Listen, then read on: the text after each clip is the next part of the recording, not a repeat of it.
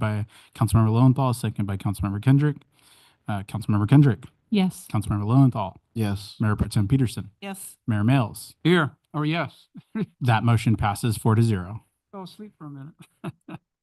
Okay, at this time, members of the public may only comment on the item appearing on the agenda. Please adhere to the following when addressing the council. Comments will be limited to 3 minutes or less.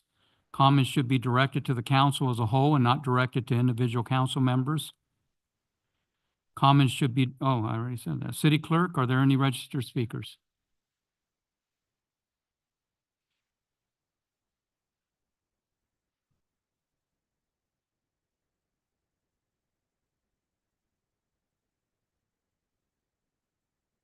Mayor, there are no registered speakers for the closed session items. Thank you, sir. Council will now proceed to closed sessions. Thank you for joining us. A report of closed session will occur after the deliberations.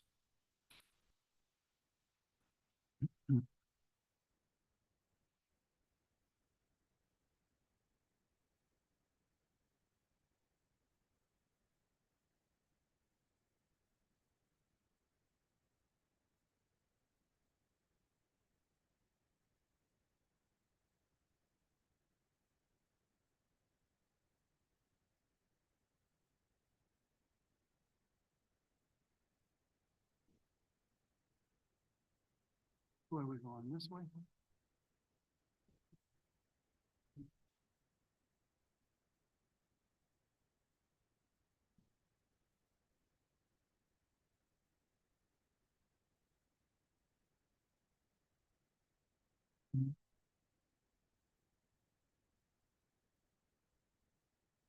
That's, well, you could bring it up if you want to speak at the podium.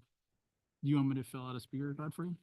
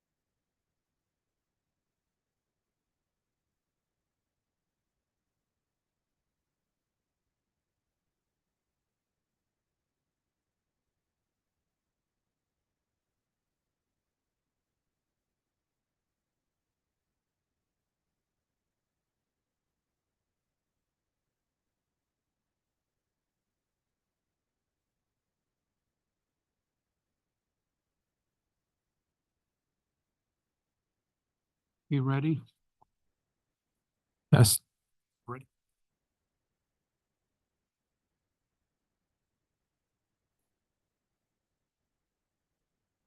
Good evening. I would like to call the September 24th, 2024 regular city council meeting to order. I would like to point out that this meeting is being hosted through live stream on the city's website. I would like to remind council to have their microphones turned on and positioned so the audience can hear. City Clerk, may we have roll call, please? Thank you, Mayor. Councilmember Kendrick. Here. Councilmember Krupa is absent. Councilmember Lilienthal. Here. Mayor Pro Tem Peterson. Mayor Males. Here. Let the record reflect all members are present with the exception of Councilmember Krupa. I'll make a motion to excuse her. I'll second.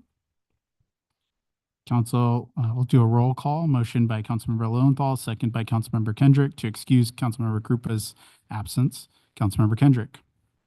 Councilmember Lilienthal. Yes. Mayor Pro Tem Peterson. Yes. Mayor Males. Yes. That absence is excused 4-0. Malcolm, I don't see any here for the invocation. Would you like to say it? Unless you see Christian here. Oh, Dale's here. Let's call Dale up. There's Christian too. Okay. Well, we got them both. So the invocation will be by either Christian or Dale, who would ever like to come up to the podium. He's got it. And after which council member Kendrick will lead us in the Pledge of Allegiance.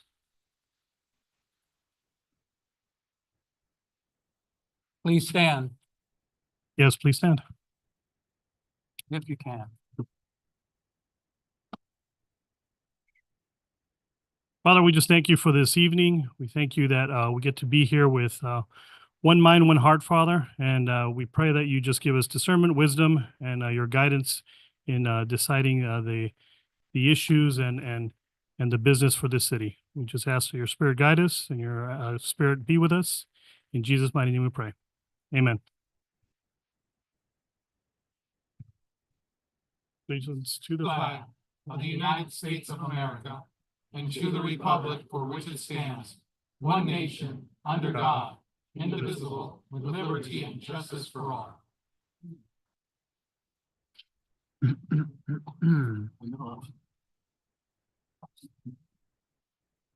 We will move to the city attorney's report from closed session. City attorney, can we have a report, please? Good evening, Mayor. There's no reportable action out of today's closed session. Thank you, city attorney. We'll now move to public comment.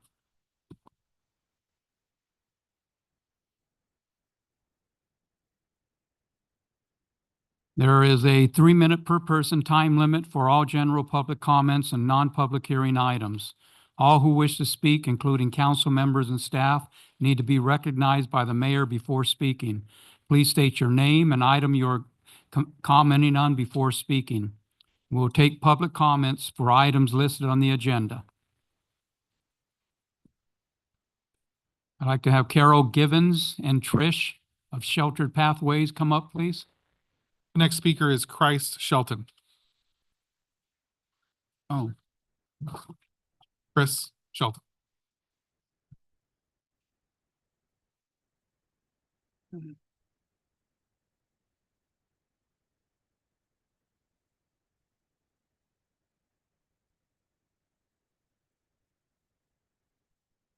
Hi, how are you guys Oh. doing? We just wanted to say thank you to the city for supporting World Homeless Day shelter outreach event that we're having October 10th. We would like to invite the community out. It's going to be a resource fair for all of the low income and the homeless population in the Valley of Hemet.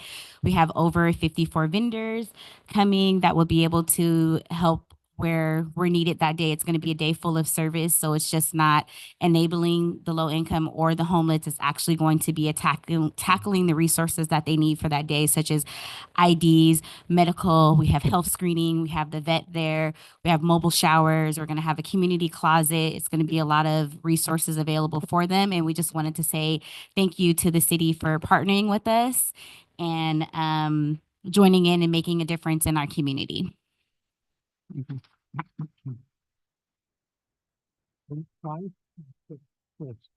Chris Shelton, The next speaker is Deidra Hampton.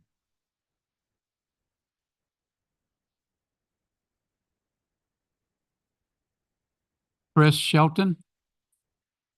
Okay, thank you.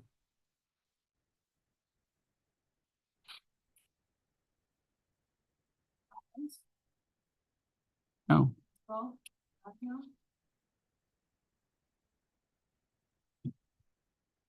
I'm Deidre Hampton. I have a nonprofit. I house the homeless and mentally ill.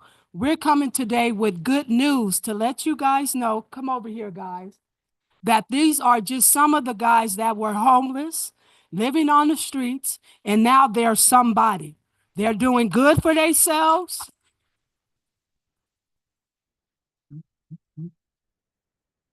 Showers, they're able to face people. They've been shopping.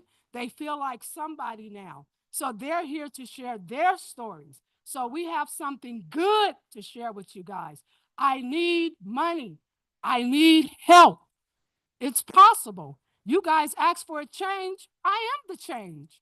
Give me a chance to show you. Come on, Chris.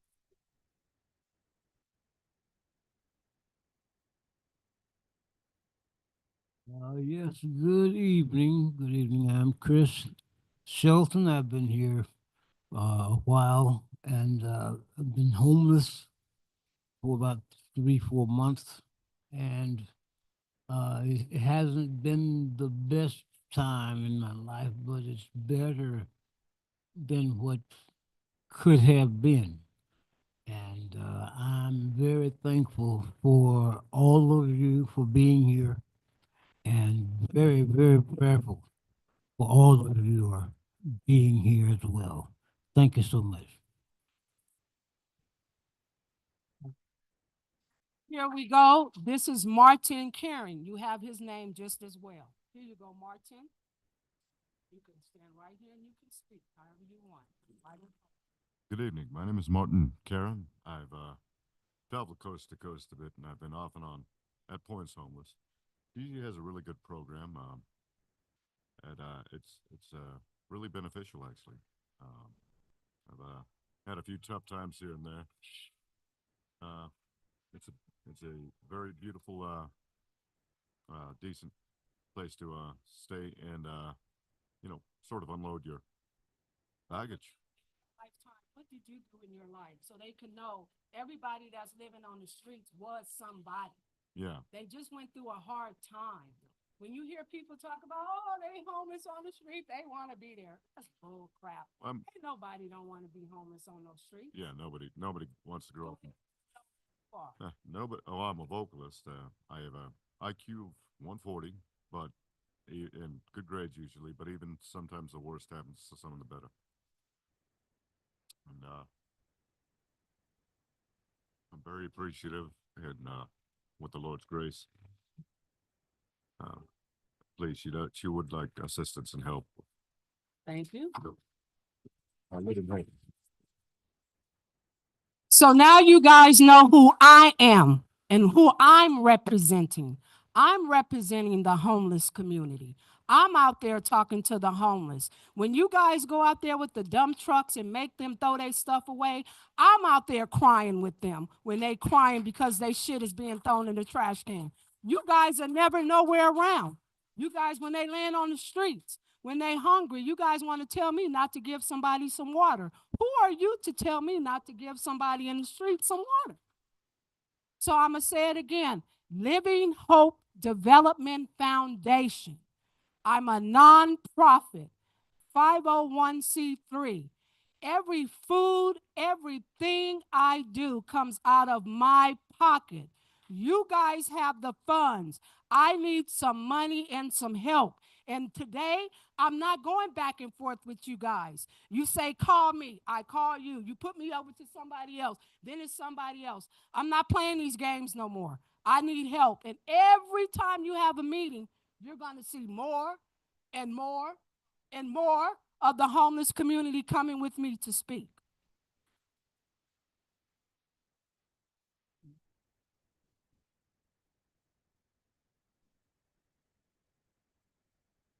the next speaker, Mayor?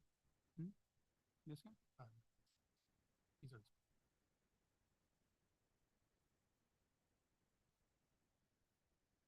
Nathan Hartman.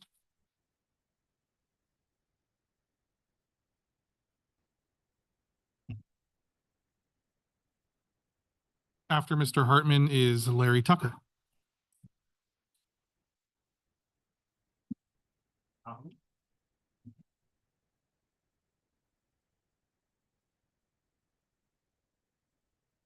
Oh, all right. My name is Nathan Hartman, and I'm here to represent Codex and Gilbrook Skate Plaza. So, thank you. Okay. So I represent Codex and Gilbrook Skate Plaza, and I want to say thank you for having me here. As a member who's grown up in a community, it's kind of like this. I grew up around LA and all that kind of stuff, and I saw the effects of skate parks having on the community around them. I know that definitely how much of a positive influence it has had on the community of over there. I know that we can have similar results here in Hemet and San Jacinto. But in order to do that, we need to make sure that our skate parks are available and in a protective place so that, you know, community members, kids, everyone can come out there and hang out and be protected there and have a nice place to stay. If, say, you know, during the summer heat wave, you know, when it's 110 degrees outside, nobody's going to want to go out there in the skate park. So we're going to wait till it's dark or till it's nighttime. Fortunately, then it's dark. It's too late for us to go out there. So now we can't go out there when it's the correct temperature to go to skate. But on the flip side, when it's winter, by the time, you know, most of us getting off of work, most of people with kids that have time after work to go take their kids there, it's already dark. It's the right temperature, but now it's too dark for us to go there, which is why it's so important at such a nice place like Gilbrook Skate Park to have lights there. Because without those lights, that cuts off the majority of time that most of us have to be able to go out there at the correct times that allows us to go out there and create a community. And without a community, there's nothing behind the city. You know, if we didn't have a whole community here, you know, working towards fixing the problems that are part of this community, we wouldn't, you know, be able to work together, get things done, and make this a better place for all of us to live. So that's why it's super important for us to be able to have a place to be there together. And, you know, when you have kids that go to places like skate parks, a lot of these kids are kids that don't have maybe the best place to go home to. So they look for some other avenue. Well, they don't have that skate park. They're just going to go back to their homes where they don't want to go, or to other places that maybe aren't so great. But when you're at a skate park, you're out in the public. You have the cops that can come by when there's lights on to check up to see what's going on. It's out in the open, and you know you have other outstanding members of the community. Now, I just want you guys know that I actually am a employee of the county. I work for the Riverside County Fire Department, and as someone who, you know, who's seen the county side and seen the other side where I was a troubled youth who didn't have maybe the best upbringing, I've seen both sides of the coin, and I know that something like this definitely helped me, and learning from a lot of other pro skaters has helped lift them outside of troubled places and giving them good upbringings just from being able to get outside and learn from other people. So just having that place and that time to go to somewhere to, you know, learn better, you know, mannerisms is so important when it comes to youth and growing your community. Just why something as simple as just getting lights to a skate park is so important. So that's why recently we've had it so where one of the owners of Codex has gone through and even put his own lights into the community just so that, you know, they have a place to go, and it's helped out so much. So just having that constant light source at the skate park can be that much of a greater, you know, positive change for the community. Nathan, are you the one that sent this letter? No, I didn't send a letter. No. No? Okay. Is there a name on it? It's anonymous. Okay. You want to read it? It's from a skater. I can read it. Can we get this to him, or can I take it to him?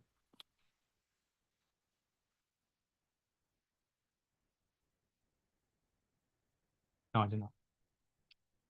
Okay, I'll read this. All right. Dear City of Hemet officials, I hope this letter finds you well. On behalf of the youth in the skateboard community in Hemet, I want to express our heartfelt gratitude for the recent development of the new skate park and plans to install lighting. The new skate park has already become a vibrant hub for young people in our city, fostering creativity, community, and active lifestyles. It provides a safe and welcoming space for skaters of all skill levels to come together, learn, and enjoy the sport. With the addition of what I lighting, thought this he space will become even more valuable, allowing our youth to skate safely in the evenings and encouraging more community gatherings. Thank you for your dedication to enhancing our city and providing opportunities for youth engagement and recreation. Your efforts to create an inclusive environment for all residents truly make Hemet a better place to live. We look forward to enjoying the skate park with the new lighting and appreciate your continued support for our community. Sincerely, all who use the skate park at Gibble. Thank you. You can keep it. The next speaker is Larry Tucker, Mayor. Larry Tucker. After Mr. Tucker is Stephanie Roberts.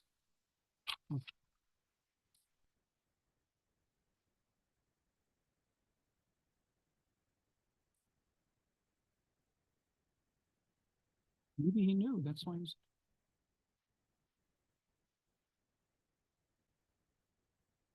My name is Larry Tucker, and I'm with the organization called Road Back. We've been fighting you guys for 3 years now about In-N-Out Burger not being safe for anybody, especially people in wheelchairs. Why don't you pull their license for a while until we open up the back way for them to get their cars in off the parking lot instead of off the street?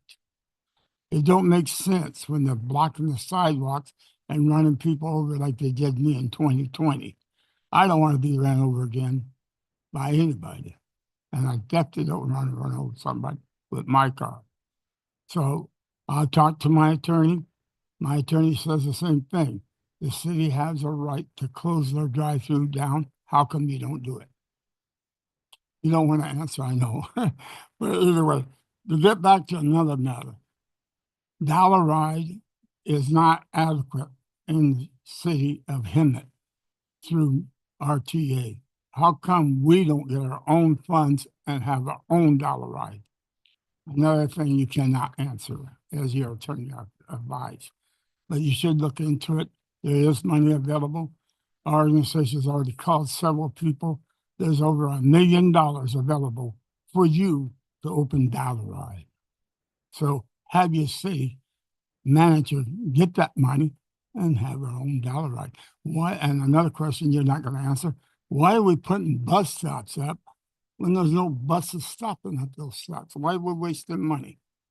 And you guys need to find out how come we're wasting money when you should be fixing sidewalks where wheelchairs like mine won't fall in holes and blind me or even break my neck or kill me. So Dollar Ride end up helping that problem because it's door to door. So they'll pick us up the door, they'll take us to the doctors, take us shopping, whatever. Get Dollar Ride, you won't have to worry about the 3,000 spots that you need to repair. Well, you have a good night now, and I'm going to leave you alone till next one.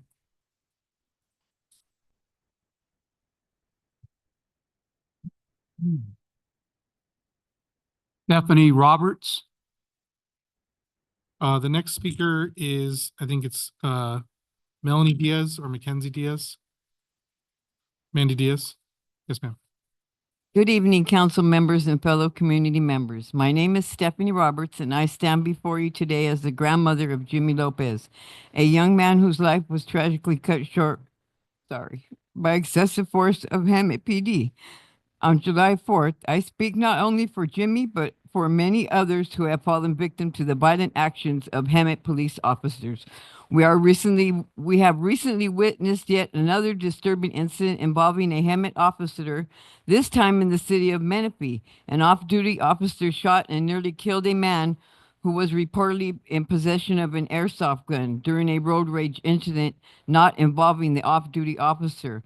What's even more alarming is that after officer nearly killed this man, he also initially denied a civilian who was certified in first aid the opportunity to administer life-saving aid to the victim.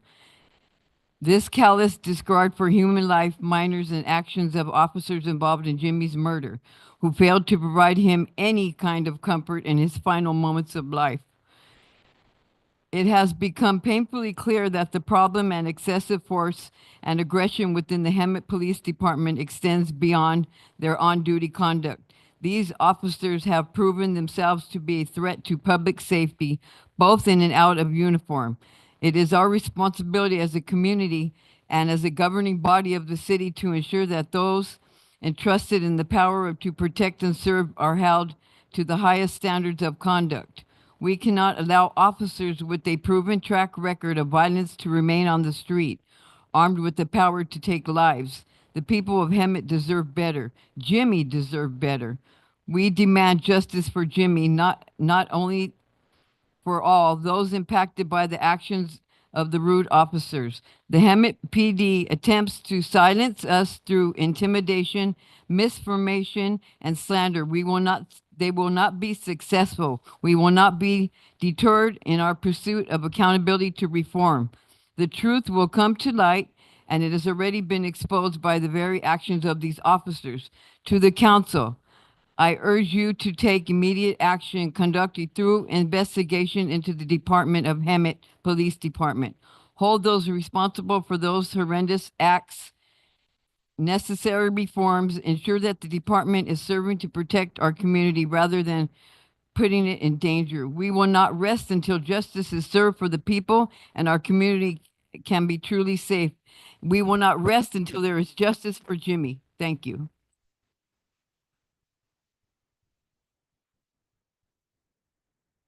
Amanda Diaz. Next speaker is Juan M.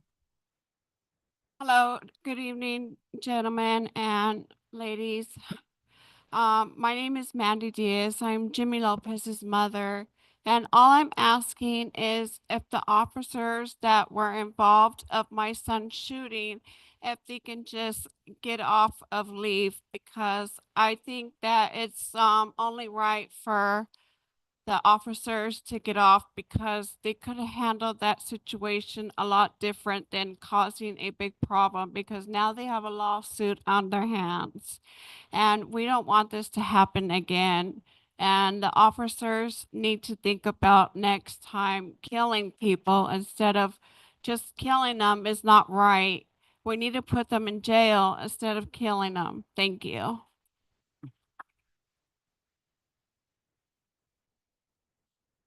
Juan M. Next speaker is Anthony Noriega.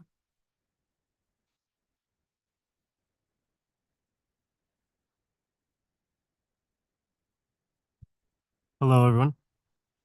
First and foremost, want to offer my condolences to Jimmy's family. You guys are suffering injustice that no one deserves to go through. To have a brother, a father, a friend, a son ripped from you. It is unjust and cruel that Hemet PD stole the life of this young man, and we should think about what a life is. Every single person in here contains an entire universe of stories. Times of love, times of hardship, times of silly jokes that we make with friends, laughter and sadness. Each person here contains multitudes and endless potential. And when the police indiscriminately kill us, they snuff out that potential. They snuff out that entire universe, and that's criminal. The stated role of the police is to protect and serve and not to act as judge, jury, and in the case of Jimmy, executioners. The citizens of the city deserve not to live in fear of being shot down by the police, and then for those murderers to get to keep their jobs and walk free. We demand that the names of these officers be released and that they are fired from the force so that this community members can rest easy knowing that these murderers aren't walking on these streets hiding behind a badge. So justice for Jimmy Lopez.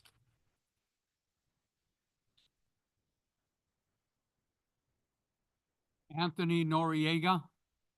After Mr. Noriega is Christina Molnar. Good evening. I challenge the board collectively to give $5,000 to that lady that's fighting the homeless and helping them. Thank you. I'm here to support Jimmy Lopez. How many of you are here to support Jimmy Lopez? Stand up. Okay. Today is 82 days since Jimmy was killed. I want to take a few moments of silence in his memory. Thank you. Once again, my name is Anthony Noriega. I'm the district director for the League of United Latin American Citizens in the Inland Empire. On the August 13th, last month, I was here at the city council meeting, as you'll recall, and I informed you that LULAC would be filing a formal complaint against the Hemet Police Department for excessive use of force. On September 12th, I submitted that complaint to the police department.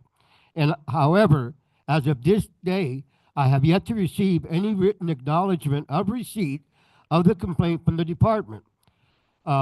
We respectfully ask, when can we expect the formal acknowledgement that the complaint has been received and reviewed and is being acted upon? I would appreciate that.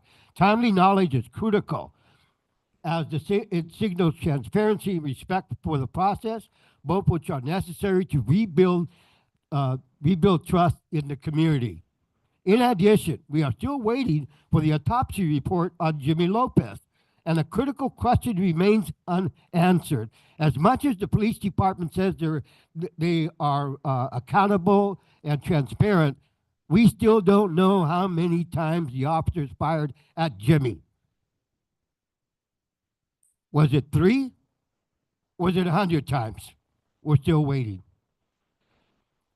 This sends a dangerous message to the community that those in power can avoid responsibility without consequences. Consequences of inaction in the face of excessive force are profound. When this council, along with other authorities, fails to address these concerns, it is not merely neglecting its duties, it is putting the community in harm's way. The U.S. Civil Rights Commission has made it clear, excessive force is a violation of the civil rights, which undermines the core values of the justice of equality upon which society is built. Ignoring these issues only widens the division already present. You need to act and need to act soon. This problem is not going to go away. In Hemet, the damage to the public trust in law enforcement, particularly with the Latino, Black, and Native American communities, is severe. People are now reluctant to call the police, even in emergencies, for fear that they become the next victims of excessive force. This fear erodes the relationship between law enforcement and the community, reinforcing the belief that the system is biased against them. If inaction continues, this sense of injustice will only deepen. We cannot allow this cycle of fear, mistrust, and division to continue. The time to act is now. Accountability must be reinforced, trust must be restored, and the right of every citizen must be protected. It's not just a legal responsibility, it is a moral obligation that you as leaders must hold. I urge you to act swiftly, not only for Jimmy Lopez, but for the safety and the justice and the well-being of this entire community. Thank you very much.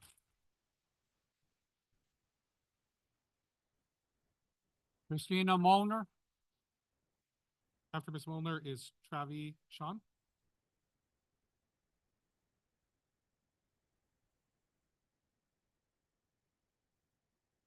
Hi, good evening. It has been, to emphasize what Anthony just said, it has been 82 days since Jimmy Lopez was killed by Hemet police, fired at over 100 times. At least that's what the evening news reports. As the family has, oh, sorry, thank you. Oh, for sure. As the family has yet to hear officially from anyone official. As a member of this community, how can you expect its citizens to place their trust in what is supposed to be our first point of contact when we have emergencies? Who exactly are you hiring and what sort of training are they receiving? We demand answers. The family deserves answers. The news reports also show footage of Jimmy being shot at over 100 times while he was sitting on the sidewalk. What was he actually doing to warrant such a high-powered response? No tasers, no de-escalation. Why was the footage heavily edited without all angles represented? What are they trying to hide? What is Hemet PD trying to hide with this omission?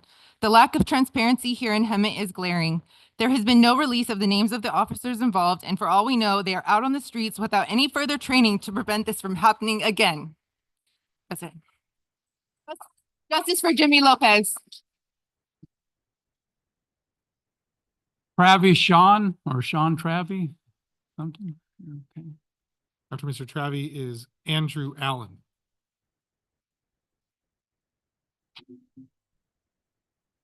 First, I want to pay my respects to the family of Jimmy Lopez. It was a tragedy.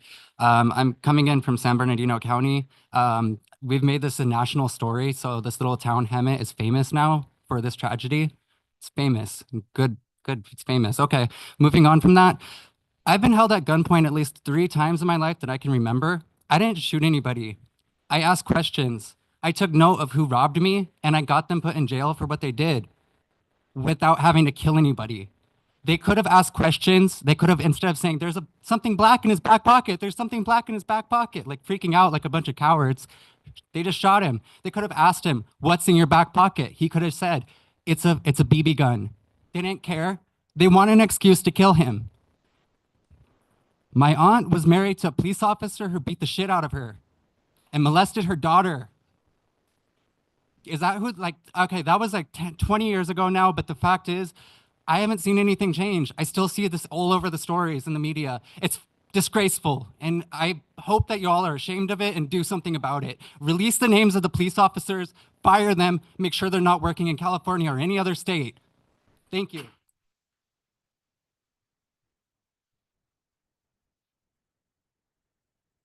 Andrew Allen. After Mr. Allen is Philip Ramirez. Council members, Mayor. I don't know if you're aware, but there was recently a email blast for businesses that came out as far as a beautification for Hemet. As a business owner, it starts at the entrance to the town. I mean, I had to chuckle because when you come into town, you look at our city streets, and I hate to compare it to Murrieta and Temecula, but we're at a major downfall. Just the weeds throughout the city sidewalks, the curb and gutters. I mean, I don't know if it's a lack of city worker employees or a lack of funds, but I think it starts as you enter. It's not just the heart of the city, it's as you enter. So the whole town has unfortunately been on the decrease for the last 20 years. And it's prevalent when you travel through the streets, you can see it everywhere. With the new trash enclosure, I kind of chuckled today. I drove by Menlo Recycling. They have huge roll-offs. So are we going to require them to do a trash enclosure over the entire building? It's just, it seems that there could be money spent elsewhere for better things. Yes, it's warranted, but I think we need to start at the outskirts and work inwards. So just being as a business owner, it doesn't bring a lot of happiness and joy when you come into your city and you're like, man, this place looks like hell. Then you go into other cities and you're like, man, somebody's really on top of things. So have a good night. Thank you.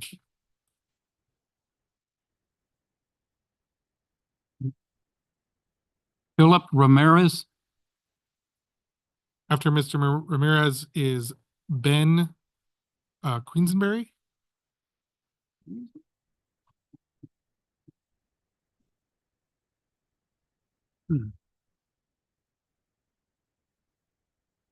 Hello, Mayor. Hello, council members. My name is Philip Ramirez, or Philip Nikima Kiat Ramirez. I am a member of the Gila River Band of Pima Indians. I am also a community member of Saboba Band of Listeño Indians. I am also a citizen of Hemet, California. I stand here before you today to notify the city and the community of the incident that involved the Hemet PD, in which I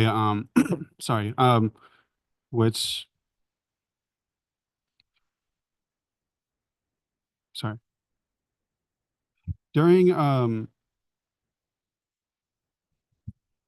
an interrogation with the Hemet Police Department, okay,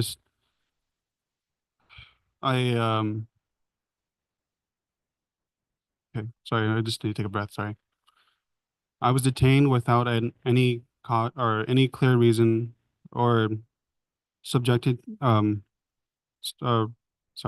reason, and subjected to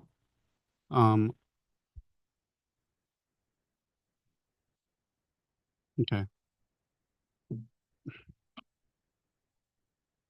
Okay.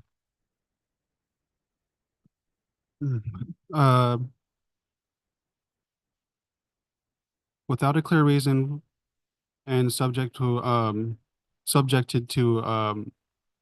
unnecessary and brutal force, despite the fact that I pose no threat to the community nor the officers involved.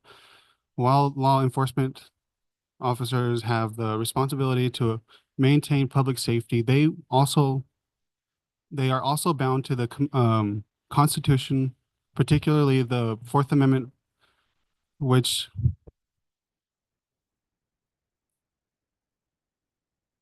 protects every citizen from unlawful seizures and searches.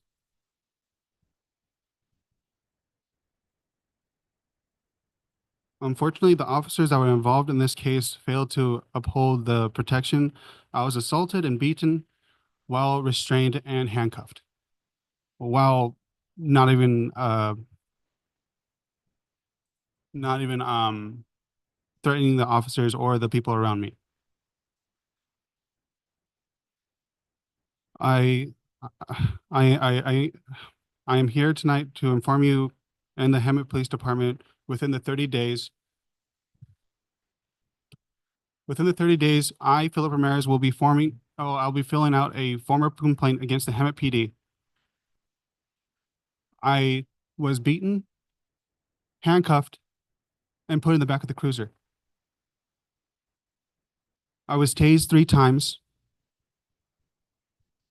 I showed up to the county to the prison naked. I was there naked in a smock. I had no idea what happened. They sedated me in a hospital, put me in a padded room. I was naked, handcuffed, humiliated, insulted. And what did I get? I got 2 black eyes for a whole 2 weeks. I had a fracture in my cheek.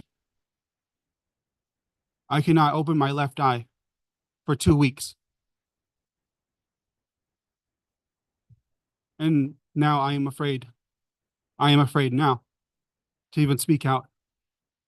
I wrote this down, but I decided to close it because I felt it was just holding me back.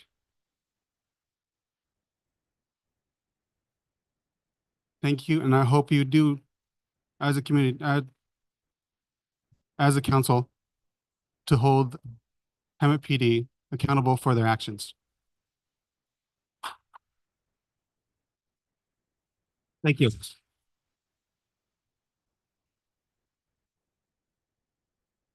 Ben Quisenberry. The next speaker is Layla Calderim.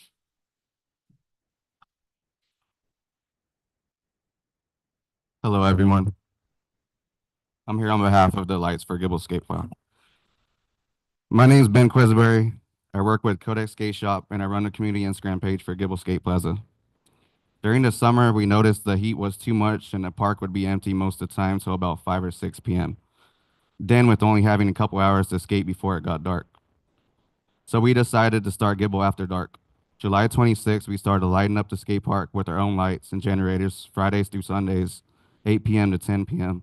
to give the community more use of the park when it wasn't so hot.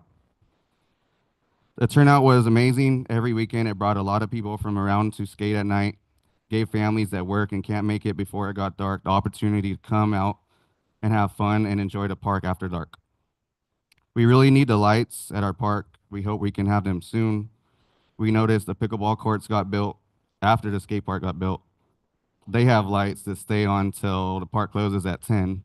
Why can't we? Thank you. Thank you. Layla Calderim. Calderim.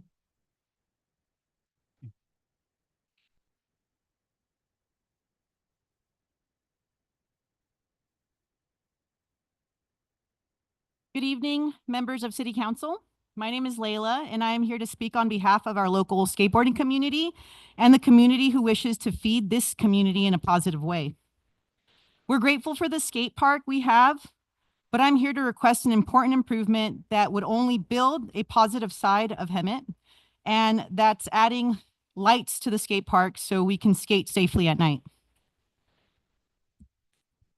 This past summer was incredibly hot, and many of us found it difficult to be active during the day.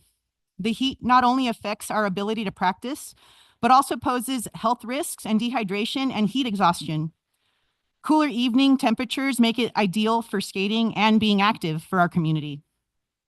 Installing lights at the park would provide several benefits. Increased safety. Proper lighting would ensure that our thriving skate community can see obstacles, reducing the risk of accidents. Extended hours. More people could enjoy the park after work or school, promoting a healthy and active lifestyle. It has definitely improved my life from turmoil and I have seen how it's paved the way in a positive way for the children of this community. Community building, even evening skating sessions could foster a stronger sense of community, bringing people together in a safe, supervised environment. I kindly ask for your support in making this improvement. Thank you for considering our request to enhance the skate park, making it accessible and safe for everyone, even after sunset. Thank you for your time. Thank you. Thank you. Okay. Do we have any public comments that are not? No? So I can skip that? Okay. Okay, we're gonna move on to presentations. Our first proclamation is for Hispanic Heritage Month. This will be presented by Mayor Males to Sonia Lamas. Who has the mic?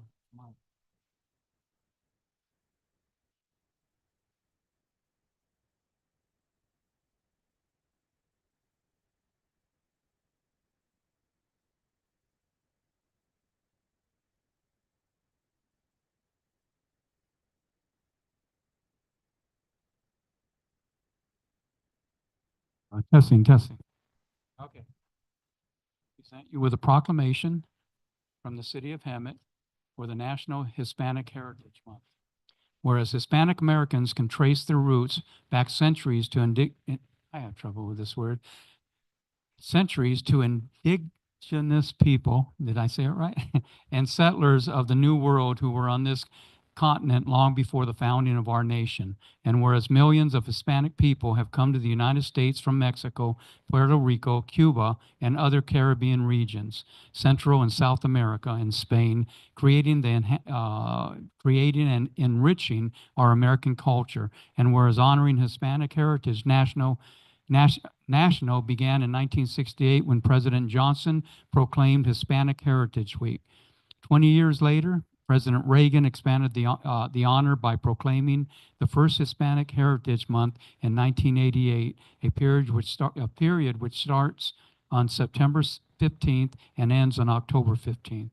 And whereas September 15th is the anniversary of the independence of Latin America countries, Costa Rica, El Salvador, Guatemala, Honduras, and Nicaragua.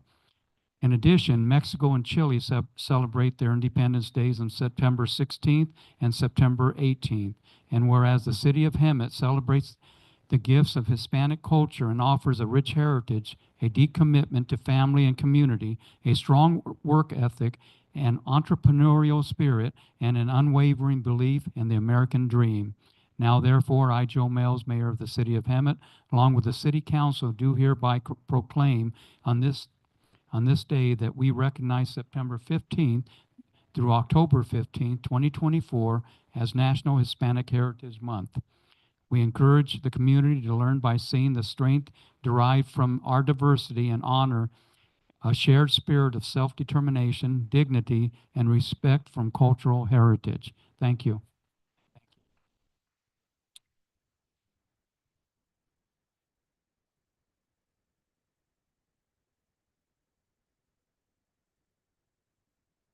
Sorry. Okay. Well, first of all, it's an honor, so thank you very much. Second of all, I want to thank everyone that's here this evening. I know we all have different point of views, but we do it in the spirit of community, excuse me. So with that being said, I'd like to take the time to invite everybody to the Dia de los Muertos, which is taking place on November 1st. As you know, all events are kind of taking place now behind the library on North Harvard. So I see a lot of colleagues in here and the departments and the council. So again, thank you. It's an honor.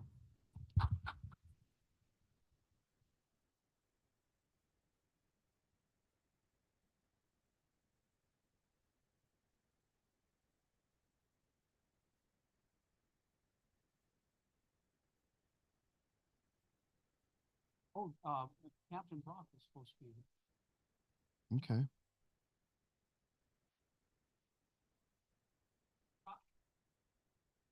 Okay, Captain Moore. So as we gather to celebrate Constitution Week, we honor the foundation of our democracy, the United States Constitution. Did you take my pen? We honor the foundation of our democracy, the United States Constitution that was written in 1787, and it remains the oldest written constitution still in use today. It's a remarkable document that has shaped not only our nation's laws, but also inspired democratic principles of countries around the world.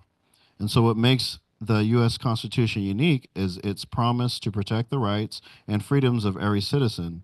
Rights like freedom of speech, right to a fair trial, and the guarantee of equal protection under the law. These protections have benefited the public for generations, allowing us to live in a society that values justice, liberty, and opportunity for all. And unlike many other nations, the United States has one guiding document that has stood the test of time, adapting through amendments to meet the needs of a changing world. It continues to protect our freedoms, ensuring that the democracy thrives and remains responsive to the people. And so this week, let us renew our commitment to the Constitution by teaching its importance, protecting the rights of its guarantees, and working together for a better, more just future. So whereas September 17th, 2024, marks the 237th anniversary of drafting the Constitution of the United States of America by the Constitutional Convention, and whereas the Constitution embodies the principles of justice, liberty, and the rule of law, establishing a framework for government and protecting the rights of all citizens, and whereas the observance of the Constitution encourages citizens to engage in discussions about their rights and responsibilities, fostering a deeper understanding of government and its processes. Whereas it is fitting and proper to accord official recognition to this magnificent document and its memorable anniversary, and to the patriotic celebrations which will commemorate the occasion, whereas Public Law 915 guarantees the issuing of a proclamation each year by the President of the United States of America designating September 17th through the 23rd as Constitution Week. Now, therefore, Joe Mills, Mayor of the City of Hemet, along with the Hemet City Council, do hereby proclaim the week of September 17th through the 23rd as Constitution Week, and we encourage all citizens to reaffirm their ideals of the framers of the Constitution that they had in 1787 by vigilantly protecting the freedoms guaranteed to us through this guardian of our liberties, remembering that lost rights may never be regained. Presented this proclamation.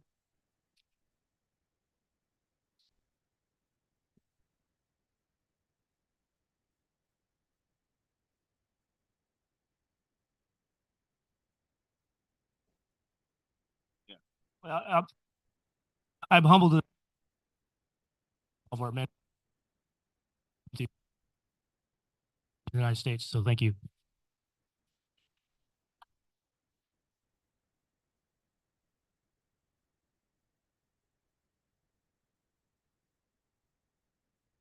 Okay, now we're moving to the next presentation will be the for the Medals of Valor for the Ponderosa incident presented by Fire Chief Sell and Battalion Chief Axel. Did I get that right, Axel? Yeah, or Excel. Okay. Good evening, Mr. Mayor, members of the City Council, members of the Hemet community, and brothers and sisters of the Hemet Fire and Life Safety Agency. It is truly an honor to be here tonight to be able to honor these brave warriors of our department that at the Ponderosa incident did a tremendous job in rescuing and saving a life. With me tonight, I'm going to be joined by Deputy Chief Ryan Webb, who's going to be my Vanna White here at the control panel. And I'm going to have Battalion Chief Laura Excel, who was the incident commander of the Ponderosa fire. Chief Excel, please.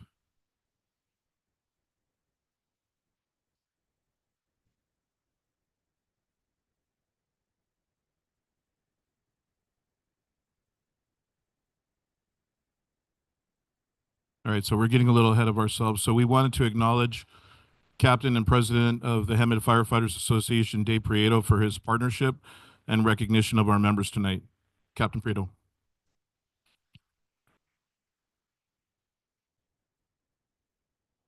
Good evening, Council, Mr. Mayor, and esteemed guests, and my fellow brothers and sisters of the Hemet Fire Department. I've been with the City Hemet Fire Department for over 21 years, and I've seen a lot of good and some bad, but I can also say this is one of the proudest moments of my career as not only a member of the Hemet Fire Department, but also a captain, which is my first priority, and as the president of the association. I've been in this room over many years for many good things and many not so good things, but I think we can all agree that the actions that we are here to celebrate today are one of the best things we can ever acknowledge. Captain Loomis, Engineer Rosenberg, Firefighter Tate, Firefighter Jones, and Firefighter Smith exemplified the true spirit of what a firefighter is on that night.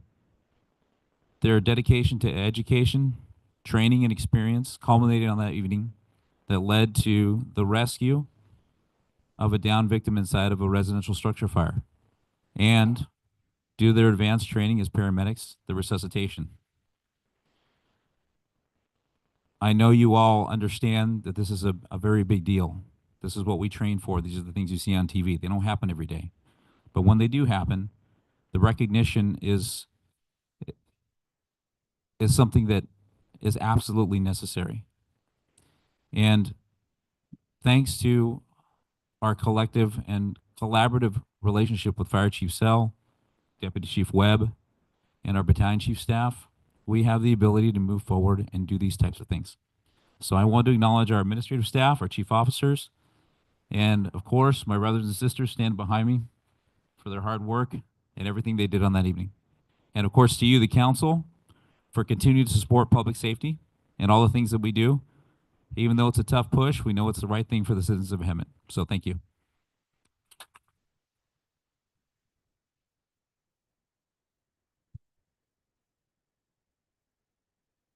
Thank you so much for your words, Captain Prieto. At this time, I'm going to have Battalion Chief Laura Excel come and talk about the background of the Ponderosa incident that she was the incident commander on. On June 23rd, 2024, at approximately 9:46 p.m., Hemet fire units were dispatched to a reported residential structure fire. At 9:47 p.m., Hemet dispatch advised subjects trapped inside the home. At 9:51 p.m., Engine 2 was the first unit to arrive on scene. District 2, Structure Fire Residential, Engine 3, Battalion Chief 1, Engine 4, Engine 5, Engine 1, Engine 2, Squad 1, Call Avenue, Ponderosa Drive.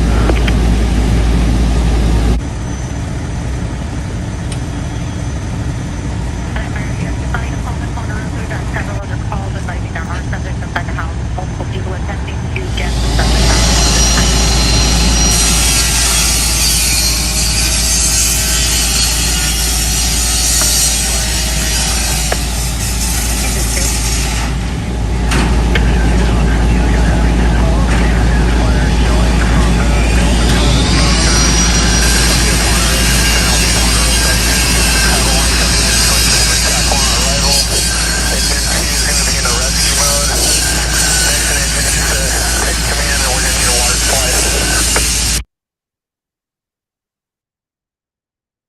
Battalion 1, Engine 2, Engine 1, Squad 1, Engine 3, Engine 4, and Engine 5 were dispatched to a report of a structure fire with victims trapped. Engine 2 was the first arriving unit and reported a single-story duplex with significant fire on the west side of the structure. Engine 2 immediately confirmed that there was a victim trapped with bystanders.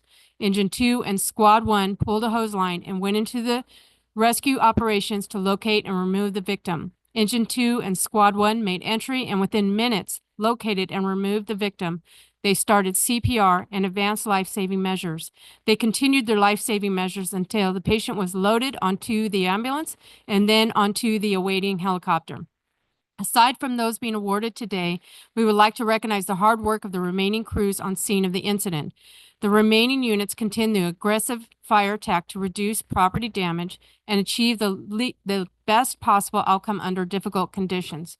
During this time, a second victim was located outside of the structure and immediately cared for by additional responders. The fire was quickly contained and there were no other injuries. At this time, we're going to call the members' names and we're going to have them come up to the front and stand in front of the council. Captain Daniel Loomis.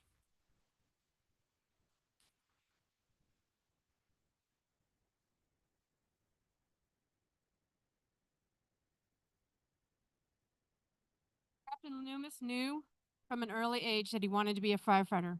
He started his journey as an explorer with the Ontario Fire Department, then transitioned to a reserve firefighter with Upland Fire Department. His first full-time job in the fire service was with the city of Hemet. He has been with our city for 10.5 years and is currently a captain on Engine 2.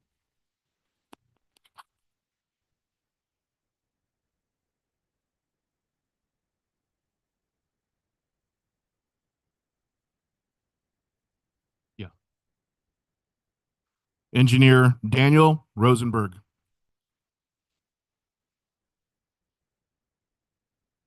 Engineer Rosenberg started his career as a volunteer firefighter with the Elfin Forest Fire Department and as a reserve for Valley Center Fire Department. His first full-time fire department job was also with the city of Hemet. He has been with our department for almost 8 years and is currently an engineer at Fire Station 2.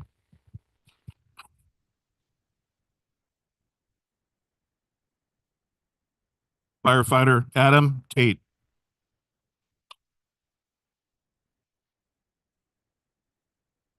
Tate was inspired to become a firefighter. His career started as a volunteer with La Habra Heights Fire Department. His experience with them led him to a job with Morongo Fire Department for 4 years. He is one of our newest firefighters and has been with our department for just under a year and a half. He is currently a firefighter assigned to Fire Station 2.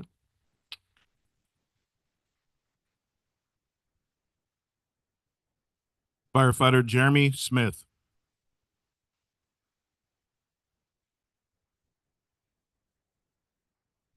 Firefighter Smith knew at an early age that he had a strong passion for the fire service. He obtained his paramedic certification and a little over 2 years ago applied for the training position with our department. He was given the rare opportunity to be sponsored to the Fire Academy by the Hemet Fire Department. He loves his time here with our department and is currently a firefighter assigned to Fire Station 1.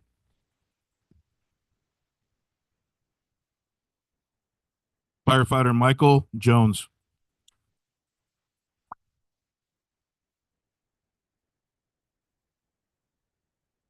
At 17 years old, Firefighter Jones was introduced into the fire service through a Fire Explorer program. He immediately loved the challenge and decided to continue his education to get into the fire service full time. He attended a fire academy and received his paramedic certification. His hard work paid off when we hired him. He has been with the Hemet Fire Department for 6 years and is currently a firefighter assigned to Fire Station 1.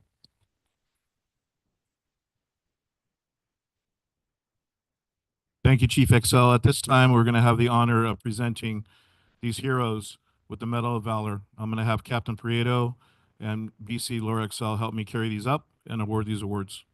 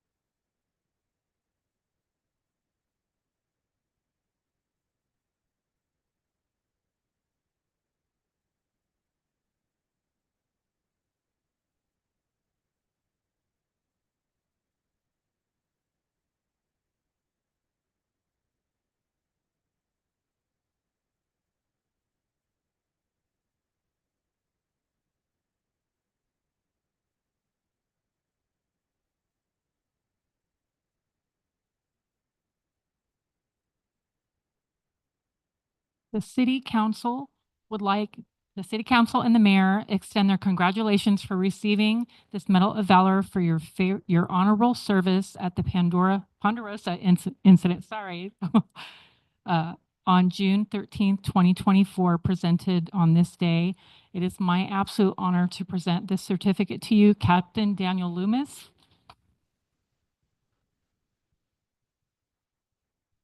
And it's my privilege to present this certificate of recognition to Engineer Daniel Rosenberg.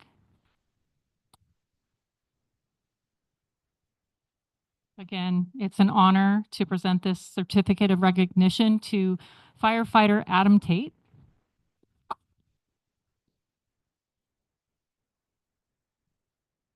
Again, I'm very proud of you guys and thank you for all you do.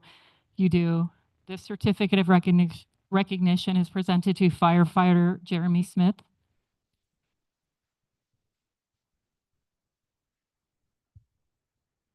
And the last certificate of recognition is to firefighter Michael Jones. Thank you all.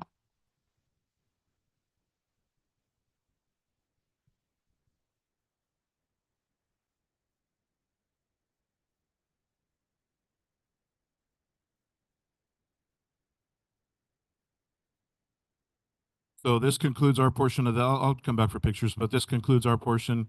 And I wanted to offer the mayor of the city council, if you had any questions or follow-up for our heroes, please, I encourage you to ask them because they're not going to say anything without you guys asking them first. I want to see them.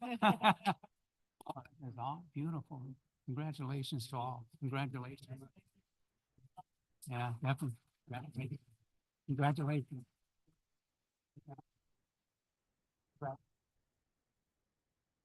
Since we have so many members of our community here, just so you know, the men and women of the Hemet Fire Department run over 18,000 calls a year. That includes medical, all forms of structure fires, vehicle fires, vegetation fires. We assist our neighbors throughout the region and throughout the state of California on wildland deployments. We go on hazardous materials calls. Everything that you can think of, the fire department does, and they do a tremendous job. And I'm incredibly proud of every one of them. So thank you. And again, a big round of applause for everybody that's in the back.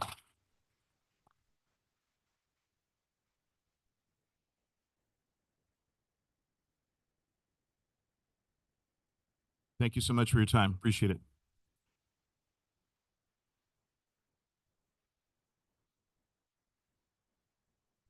The final presentation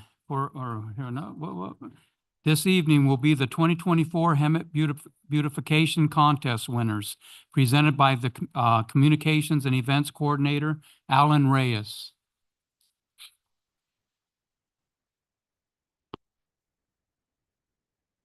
Where's everybody going? No.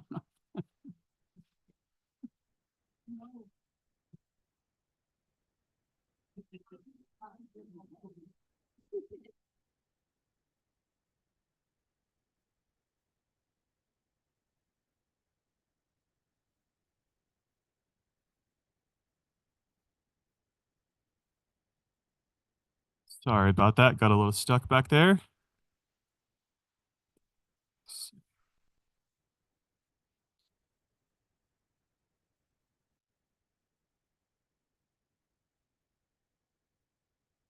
Mayor, members of the council, today I will be providing you a brief overview of the Hemet Beautification Contest, as well as sharing a few of our winners who are actually in attendance. So just to start, the Hemet Beautification Contest was developed to engage both residents and businesses in improving the aesthetic appeal of their properties. This initiative was born from community feedback where residents expressed a desire to contribute to making Hemet more visually appealing. We model this contest after similar programs from California cities like Grover Beach and La Mirada, where beautification efforts have had a significant positive impact on their respective communities. We created 4 categories to highlight different aspects of property beautification. One of them being curb appeal, creative landscaping, architectural enhancements, and sustainability. The contest awarded a total of $7,000 in prize money. We had 2 citywide winners, one for residential and one for commercial properties, each receiving $1,000, and 5 district winners, one from each city council district, also receiving an additional $1,000. To promote this contest, we implemented a robust outreach strategy. This included geofence social media ads on Facebook and Instagram, which targeted local residents and businesses.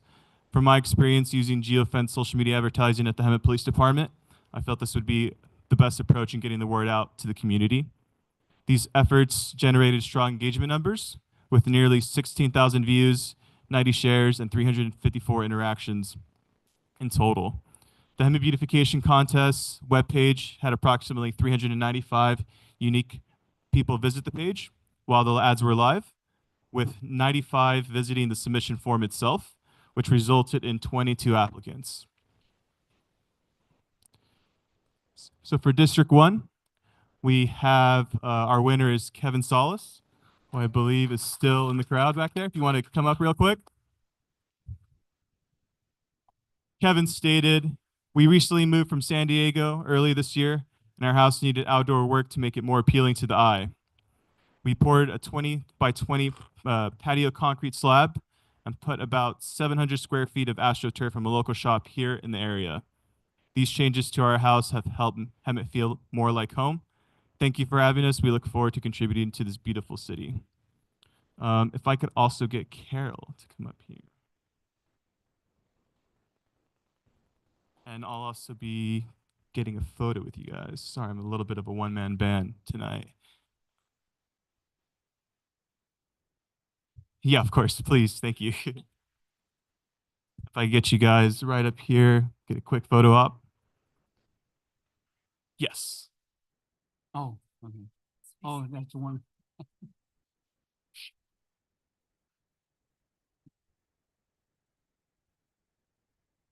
Hey, I can. Hi there. Hey, congratulations. All right, guys. Right here. Oh, no, geez. 5, 4, 3. Thank you. Was on the end over there.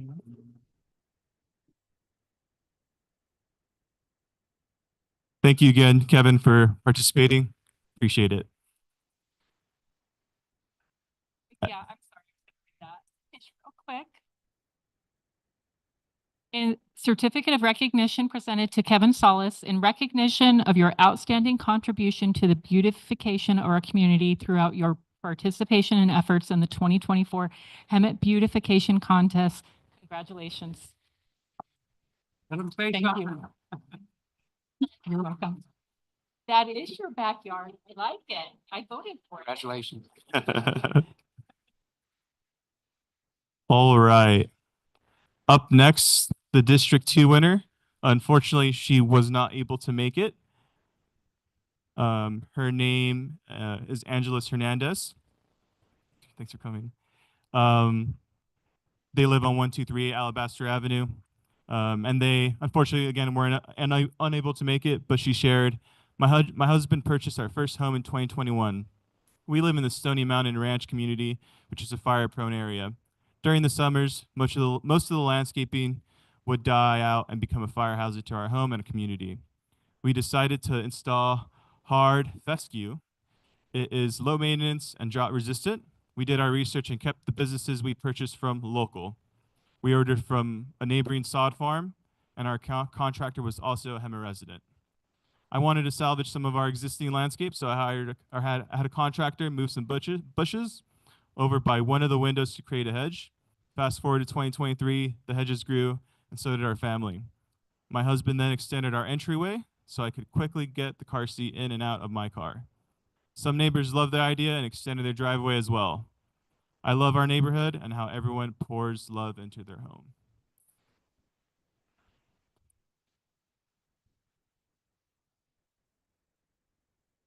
Next up, we have Rosa Ramirez, who I think is here still. Is she? If you want to come up real quick. Rosa Ramirez is our District 3 winner. The Ramirez residents recently painted their home, drastically changing the look and feel of their home. And this was one of my favorite projects because I really feel that it shows what something as simple as repainting your home can do to a house.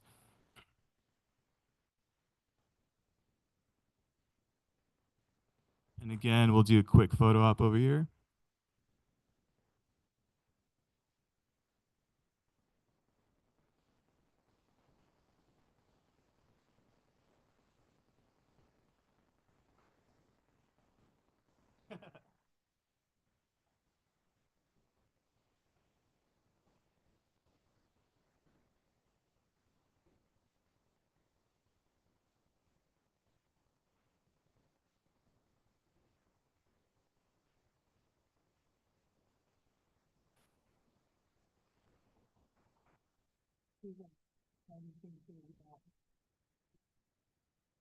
All right.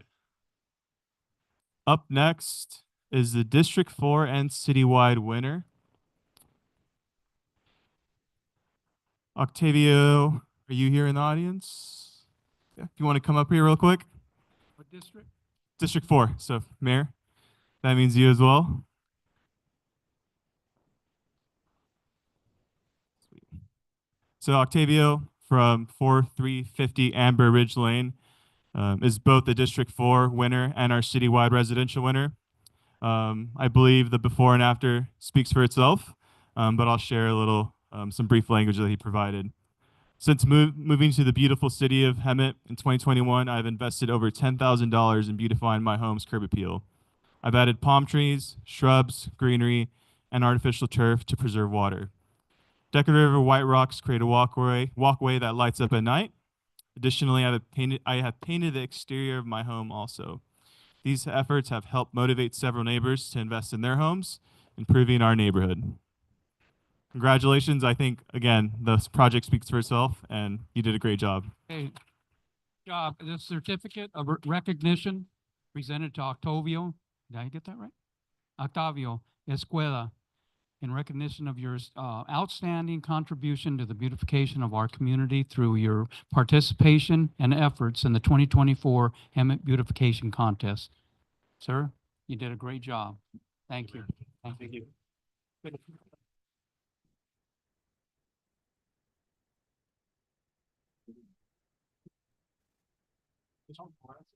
Oh, one whole thing.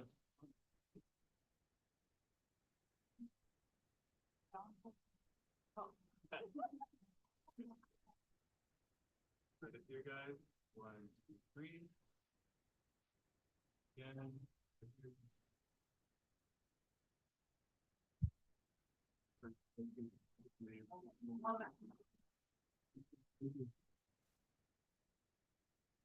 And for our last one, District 5.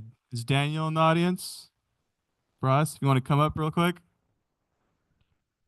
For District 5, Daniel Barras at 49 Magnolia Circle is the winner.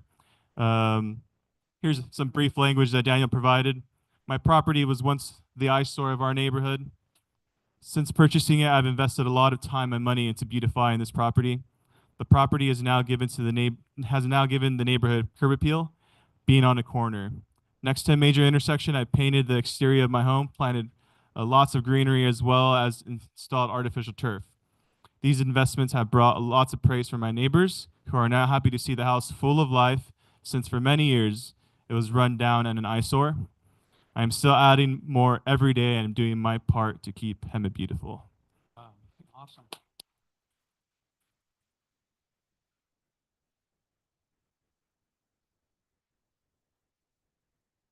Mike? Right.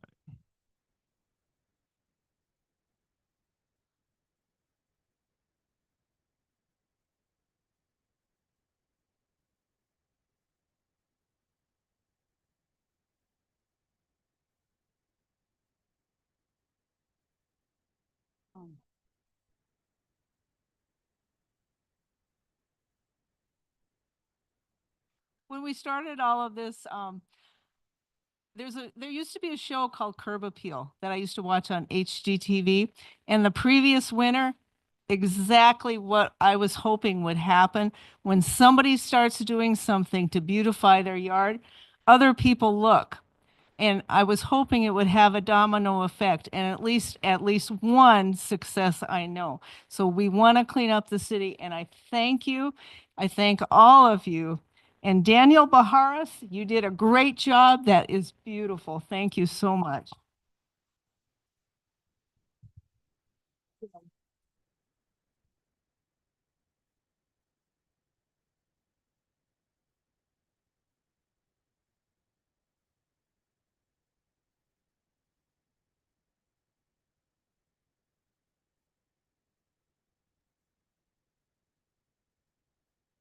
All right, last one. I know I'm taking a little while.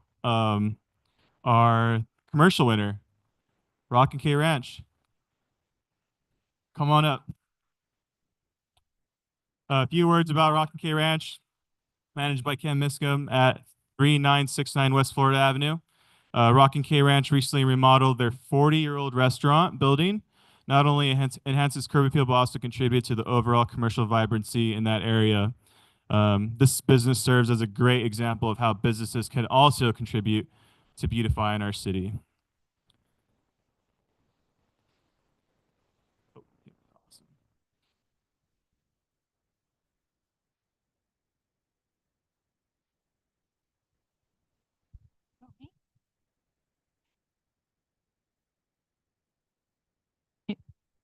Certificate of recognition presented to Rock and K Ranch in recognition of your outstanding contribution to the beautification of our community through your participation. I can't talk tonight. Participation and efforts in the 2024 Hemet Beautification Contest. Congratulations.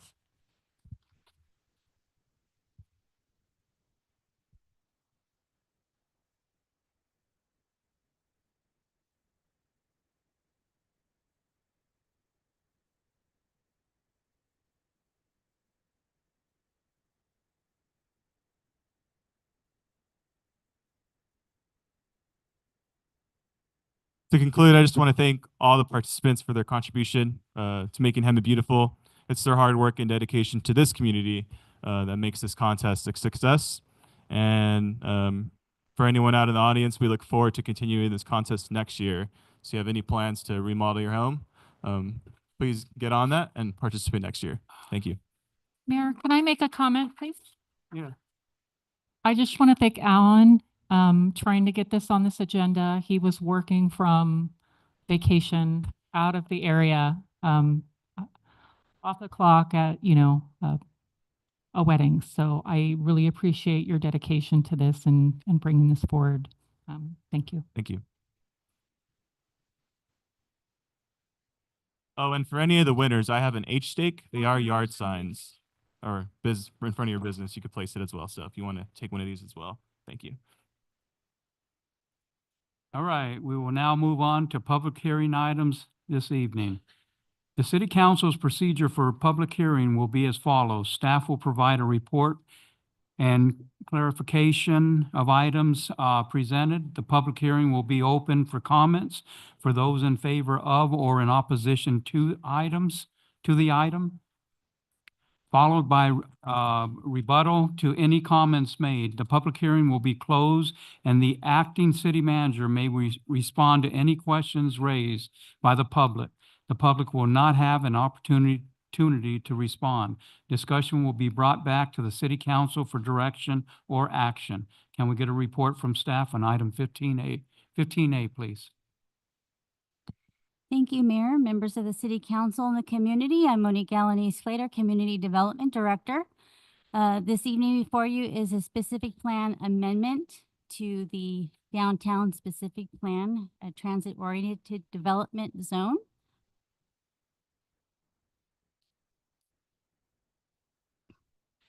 The proposed amendment is applicant initiated. It aligns with the strategic plan integration of economic opportunity and partnership and collaboration.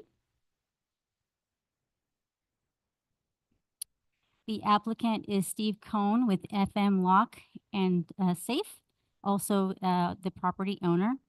The project location would be the downtown specific plan TOD zone, and applicant initiated property 410 North State Street.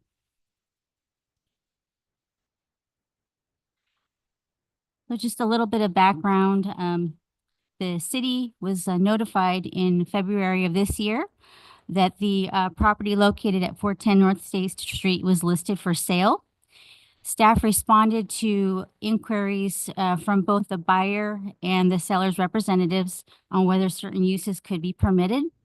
The uses desired by potential buyers were more in line with light industrial uses. And after review of the zoning regulations for the property, staff advised all parties that the proposed uses requested were not permitted in the downtown. So the property is located off of State, just south of Oakland, just north of Devonshire. The overall downtown specific plan, for context, is bounded by Oakland to the north and Acacia to the south, and Gilbert Street to the east, and Santa Fe to the west. The area for discussion this evening is the area highlighted in blue.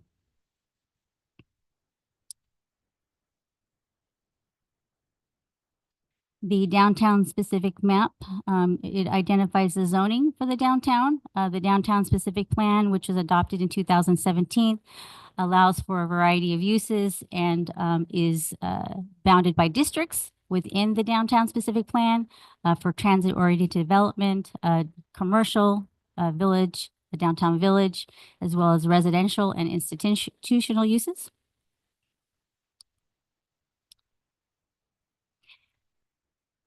Due to the limitations of the allowable uses in the downtown specific plan, so here's the property, 410 North State Street.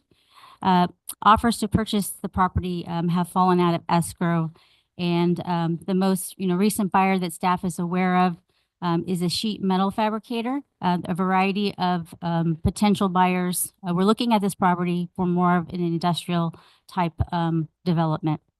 And after the property owner expressed concern that staff that there's been difficulty with selling the property due to the zoning limitations, and that the construction of the building is suited for industrial, it became evident that there was a zoning conflict. So we looked into it a little bit more, and historically, the building is a lawfully constructed tilt-up style structure with dock doors at the back of the building and an enclosed gate with security walls. We'll take a look here. The original zoning of the property was CM Commercial Manufacturing in 1966 when the Churchill Transportation moving storage agent for United Van Line was established on the property as new construction. In 2000, the property was rezoned to C2 commercial. In 2011, FM Lock was established, providing for lock and safe sales and service. Manufacturing or industrial type uses are no longer permitted use in the downtown, even when previously built for such use. If they are existing and they're considered legal non-conforming if there's a business in there on the property. However, in this case, it has been previously utilized for the lock and safe sales service most recently. Under the C2 zone, in which the property was zoned for 16 years, would have permitted a light assembly fabrication with, among other industrial type uses when it was permitted for commercial manufacturing for approximately 30 years. With the zoning conflict, we were exploring the opportunity for the council's consideration, also as recommended by the Planning Commission, to allow the assembly of small electronics and equipment for existing building when it was constructed for industrial type use. It would not change the surrounding environment within the downtown, but it would rather allow for existing industrial buildings that are within that particular part of the downtown specific plan to be permitted through an administrative use permit to ensure compliance with conditioned city performance standards. This concludes my presentation. The project is exempt from the CEQA, California Environmental Quality Act, in that the proposed amendment is a text amendment. It is not a specific project at this time, and would not have an effect on the environment.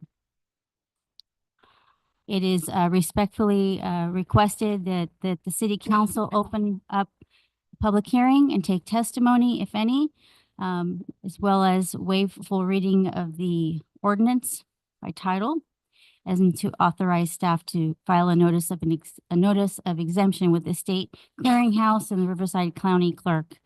This concludes my presentation. Thank you. I'd be happy to answer questions. Anyone? Sure.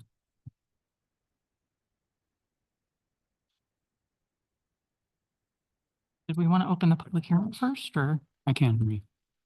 Mayor, now would be an appropriate time to see if there are questions for staff, and if there are none, then open the public hearing. Is there any questions from staff? Questions for staff? Yes. Or?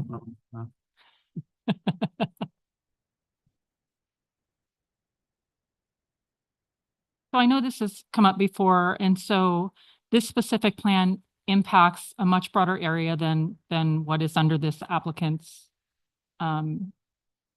control. Was this a city-sponsored application, or is this an applicant-sponsored? This is an applicant initiated. Okay.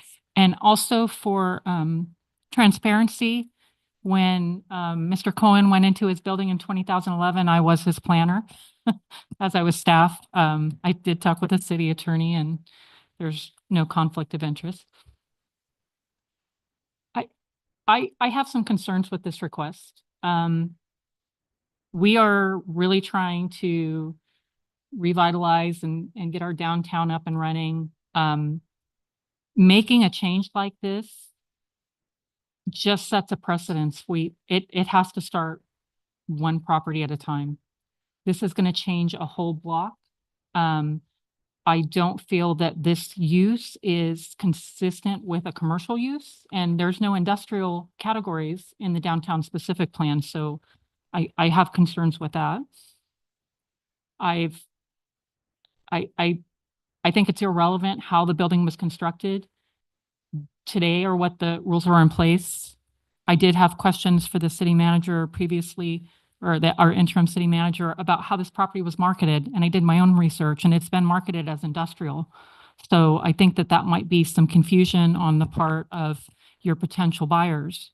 If it was marketed based on the zoning, I think that you might have a little bit more success. I'm concerned with the pictures that were in the staff report that showed concertina wire installed on the fence. That is not an allowed material. And again, trying to focus on the downtown, not having those types of materials is important. And I'd like to know, I mean, how many jobs did Mr. Cohen have, and how many jobs would a potential business bring? What's the difference? Because the staff report indicates it's going to bring jobs. It's a 10,000 square foot building. So I just would kind of like to know that difference. And like I said, I do have concerns about changing this. So that's all I have at this point.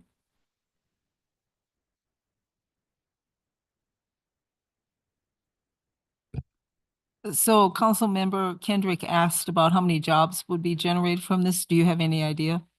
Well, without knowing fully who the buyer would be and who the future business would be, it would be difficult to identify that. But typically, for this size of building for industrial, it's a small family business oriented type of, and that's who the most recent one, the metal fabricator company, small oriented family business would be approximately 5 to 10 employees. But really, that's just an estimate. It's not an actual true number that we validated. And it would affect the whole block, basically. Yeah, so what we did is part of the text amendment, it would include any property in the TOD zone to avoid any spot zoning. So if we were only to, allow this on one property, it would be inconsistent with the zoning. It does not allow for those uses unless they came through a process. So this request is most likely going to be just related to this property, but it does provide other businesses who have a similar circumstance. They may be selling their property and need to be able to know what the uses that are permitted in the zoning.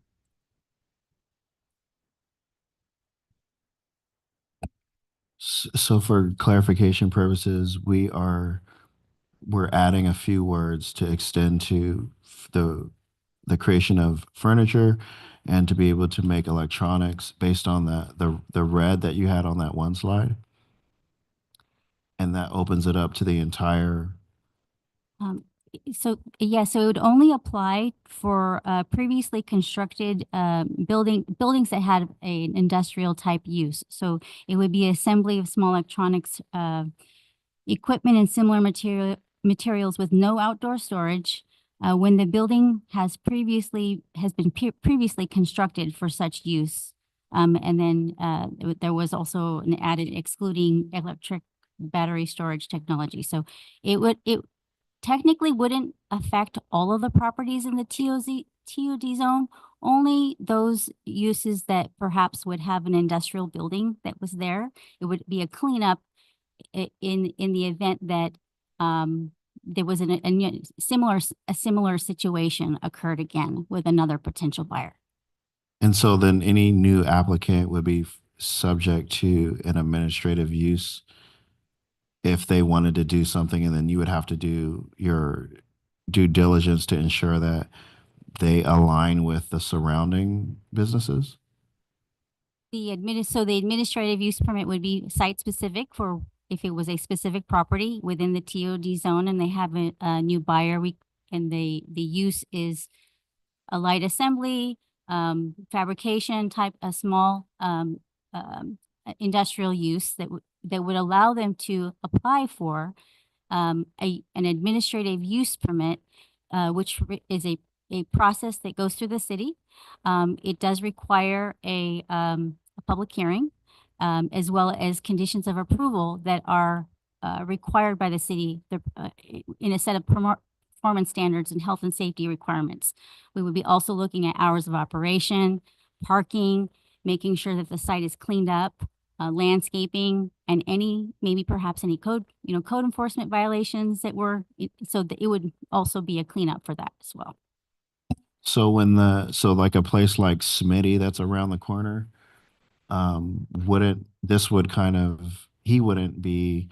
that place wouldn't be subjected to this because the use before doesn't align, like this one was constructed for industrial use.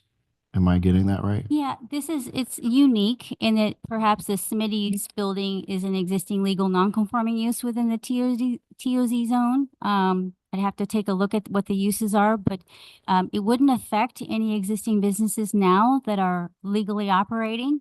If they wanted to sell their property and perhaps they were a previously constructed industrial building, which is the case in that particular block of the downtown, It would allow them a way to ensure that the new business complies with city standards. So all of those businesses that are around, there's U-Haul, there's a place that I think there's like rocks and dirt there that they supply. Are they all non-conforming because of the change? Okay. We'd have to look at each business on a case-by-case basis. Most likely what you're gonna see in the downtown area in this particular block, are existing buildings that have been there for quite some time and are industrial. They're already existing legal non-conforming. What businesses are in there right now are legal non-conforming, meaning that they're legal and they may not meet today's standards or they may not meet the downtown specific plan, but we're going to continue to allow them to operate their business as long as they do not cease to operate. So we would look at each one. This wouldn't affect anyone. We don't have to do anything. This text amendment only provides the opportunity for a new property owner to seek an administrative use permit if the building was industrial in nature. So you said the administrative use permit goes through a public hearing process, and who's the hearing body? It is under the community development director. Right. And then this is in the TOD, which it has plans for future transit. That overlay provides for multifamily close to transit. I just don't feel like this is taking a step towards moving forward to a TOD. Yes. The downtown is, just if it's okay to respond to that, the downtown is transitioning and the market demands today may not be what our projections or our vision is for the downtown. It's just been taking a little bit of time, and what we're hearing is that there is a struggle happening in the downtown to revitalize it. And I think with our efforts moving forward, we'll see change in time.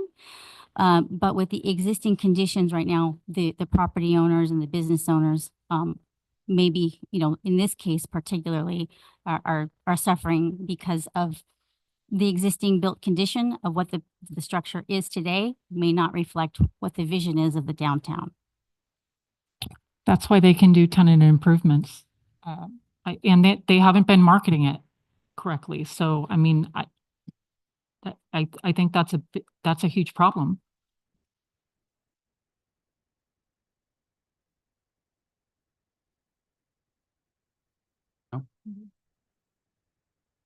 I will open public hearing. After the public hearing is closed, we will bring the item back to the council for discussion. City Clerk, do we have any registered comments or speakers?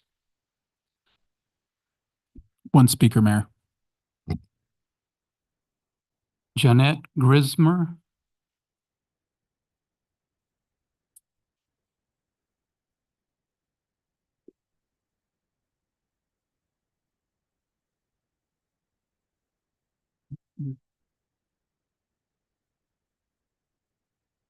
Good evening. I'm Jeanette Grismer with Century 21 Masters Commercial Division here on East Florida. And in response, we are hoping to encourage you to support this change for Kane's FM Lock and Safe. And in answer to what you mentioned, Ms. Kendrick, I do believe that it was marketed correctly. I did think it was industrial at the beginning, but I checked with the city quite immediately and found out about the zoning of being TOD and downtown specific plan. And I made changes to our commercial platforms such that it was a little vague because I wasn't certain what we would be able to get there. I was hoping that we would be able to get something like what the owner has applied for, rather than what was already part of the TOD zone. And so the questions I get from the leads that occur, they ask me now, what is the zoning there? Because I tried to say it's what it is now, but what might be allowed, what we're working toward if we are successful here, so that I don't shut the door on the buyers who would naturally see this. It's a 10,000 square foot building with 28-foot high ceilings. It's very conducive to what it was built for, of course, the industrial type of use or manufacturing use, though the zoning around it has changed. So they just see the picture and naturally think, hey, what can I do there? And they start asking. The majority of the buyers are going to want what's been presented here, the type that's under the light industrial, light manufacturing uses, simply because there's not a lot of commercial uses that really need a 28-foot high ceiling. They need the dock doors. You know, it's over an acre. Most of that is walled behind some very good looking concrete walls there, 6 feet and 8 feet, I believe, right? So that it would hide a lot of what would go on in the back from view. And so the idea of just sticking with commercial very much influences the value, in my opinion, of the property, decreasing it noticeably from what light industrial, light manufacturing, the things that the city planner was already up here mentioning, the uses of the assembly of this and that. That we believe would be a use that would not deter from the beautification efforts of the city. I recognize that it's not right down the lines of the TOD. However, it is my opinion that that is a ways away. What you want it to be and what you want it to be used for, I don't personally feel that we are there yet in that area, that it's not going to be attracting mixed use or multifamily and commercial right now. It's not particularly walk friendly. I can't think of a bus stop nearby. So I believe I recognize where you want it to go someday. I would like it to go that way someday also. But I think that you might really want to consider this situation now, because it's not, even though she mentioned maybe a block and we're trying to avoid spot zoning, I don't believe there are that many buildings and properties in the TOD zone that will be affected by what goes on here, because it's property based. You know, there's a property a couple doors down that's probably same zoning. I think it's a pipe and supply now, but the building doesn't matter. It could be used for all kinds of things. But this building can't be used successfully for all kinds of things without reducing the price greatly. We have lost buyers. We have had 2 accepted offers that we were trying to do business with, but we didn't have this in the works. The uses did not work. She did mention the sheet metal fabrication, and the first one was a contractor's yard, you know, and so most of that would be hidden behind the fence or hidden inside. So the property would not have been vacant. We have had people come and ask us about a brewery, and they didn't go any farther. We have told people that we're going through this process now, and that their use might be okayed, but we won't know until we finish this process. We do hope that you'll approve this after the community development director mentioned that it does not affect every property in your TOD zone. I don't think it would change in any source of magnitude what you're trying to do with the TOD zone, that it would affect only a small portion. And only for those who actually asked for it. And the planners would still have the process available to refuse the use of a new buyer if it didn't coincide with what was part of this description, all right, of the assembly. I guess that's it.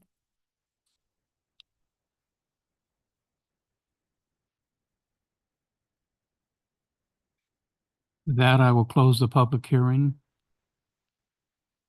Can I get you're looking at me?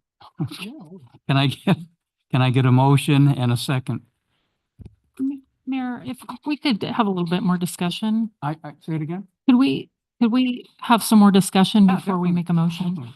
So, I was looking last night and, we received information from staff showing two different documents showing that the property is being, marketed as industrial. So I'm going based off the information, the research that I did.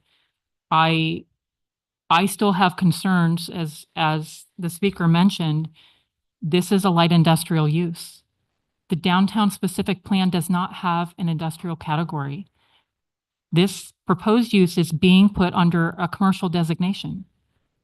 We're pigeonholing this use into commercial when it in fact is light industrial. I'm concerned about setting a precedent. What's to keep other property owners in the downtown that can't, that aren't getting as much money as they can for their property, and everybody should try to get as much as they can. I don't have any issue with that, but this downtown specific plan was developed 8 years ago with a vision. It's not going to happen overnight. The TOD is going to take time, but we have to keep things in place in order to get there. So I just have concerns. This would set a precedent. What's to keep anybody else from coming in and making the same argument? That's all I have to say.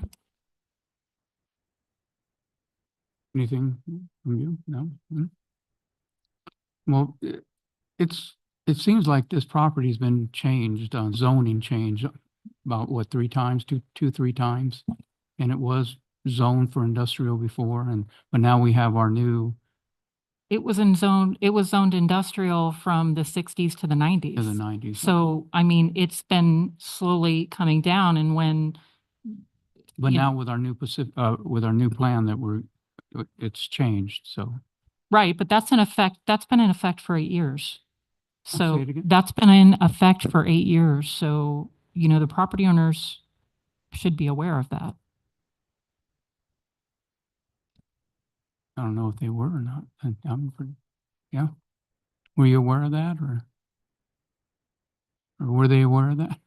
Somebody? Property owners within the downtown specific plan were notified that the zoning was changing. Changing, 8 years ago. And now have we updated it and let them know every year, or just 8 years ago we let them know?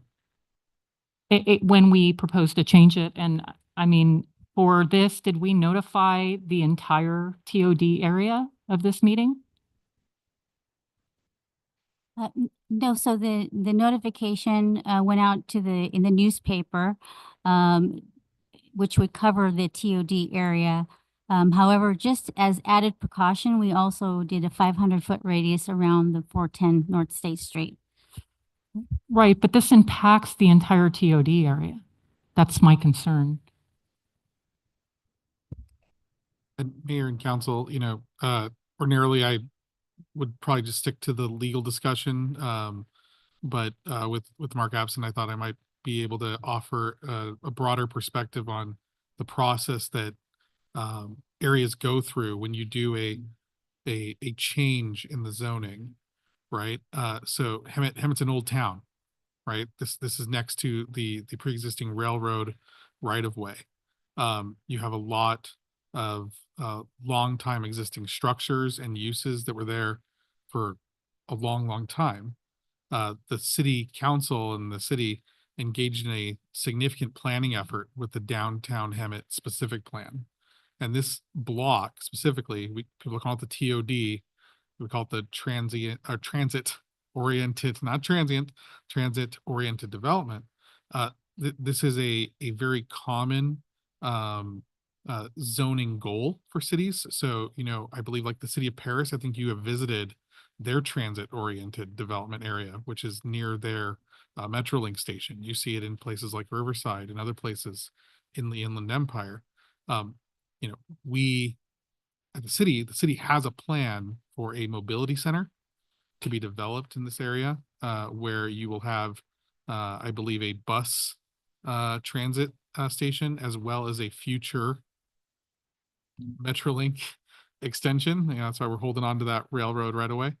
To have affordable housing in that area, and then commercial uses that complement the downtown area. It's not uncommon to have this issue arise when you are going through that transition. Usually the transition from the manufacturing, industrial use, to what you're looking for, the affordable housing, the mobility center, the commercial uses, takes a generation. Because you have property owners, you have small family-owned businesses, and when the zoning changes, that doesn't mean that they have to stop operating. They get what we've called legal non-conforming status, or sometimes called grandfather status, which means if you had the right to operate that business before we changed the rules, you continue to have that right, so long as you do not expand or change your use. I am very sympathetic to the property owner that this is there's a market force at play here. I would tell you that, while it is not the intent to hurt the value or marketability of property, it is the intent when you're doing zoning like this to change the use of that property to what you have zoned it for now, just commercial and residential, not industrial. That doesn't mean that you can't change direction. It's been in place 8 years. Obviously, we don't have a mobility center or high density affordable housing or a commercial corridor yet. That's coming soon, though. That's the goal. I would say that if you start making exceptions to it, you are going to decrease the pressure that will get you going in that direction. But maybe that's the right thing. We had a real estate professional talking about the market. I think a lot of times a city, before you make a decision that would change the direction that you would set, you might do something like a market analysis or an economic feasibility analysis. If you conclude that, look, we zoned this for affordable housing, we zoned it for a commercial corridor, if those aren't viable in the market, then maybe we need to reevaluate what we zoned it for. But I think generally speaking, you'd want to have some basis for that significant change in direction. It isn't like we have locations where you can do a transit-oriented development everywhere in the city. This is the area that we have. We can't go build it down in McSweeney, right? Or down in Dominagoni. This is where we have it. So I'd recommend that you consider those things when you're coming to a decision about what you want to do. I'm concerned about spot zoning, as is staff, making little exceptions. It's akin to a use variance, which is also disfavored or unconstitutional. And then the last thing that I'd bring the council's attention to and the public's attention to is we had a very similar situation elsewhere in the downtown Hemet specific plan, not all that long ago, with another previously industrial use on a unique parcel. And they came to the city and said, we can't sell this the way you've zoned it. It was zoned as public facility, I think is what we did. So inadvertently, I believe, someone's private property was zoned as a public facility, which means you can run a fire station or a library or a park. But for most private property owners, that's not a super lucrative endeavor. And so they requested a rezone, but they requested a rezone to something that existed in the downtown specific plan already, right? To uses that were already permitted elsewhere in the zone. They didn't ask for uses to be added. So just to give you some of that historical context, obviously the decision is yours. There's a manufacturing zone directly to the north of this. I believe it's light manufacturing. There's obviously existing industrial uses in the area. So if you decided that that was the appropriate thing for this area, that's certainly your policy prerogative. You could make the text amendment. You could direct staff to research it further. You could remove this block from the specific plan altogether and zone it light industrial or light manufacturing if you wanted to, if you thought that was an appropriate an appropriate direction to go. But like I said, you may want to defer until you've done perhaps a market analysis or an economic feasibility study before you make a drastic change in policy like that. Little outside the lines on the legal advice, but wanted to make sure you guys had good context. Mayor, can that be my motion And you what?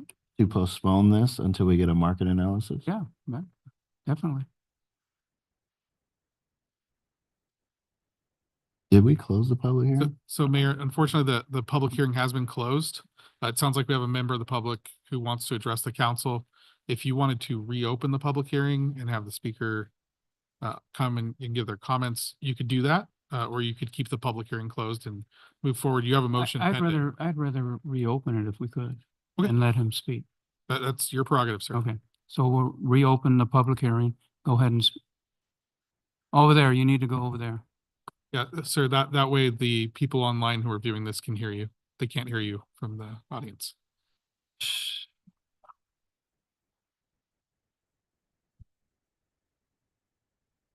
Hi, my name is Steve Kane. Speak in the I mic, am please. the owner of that property. Thank you. Okay, so I understand your concerns.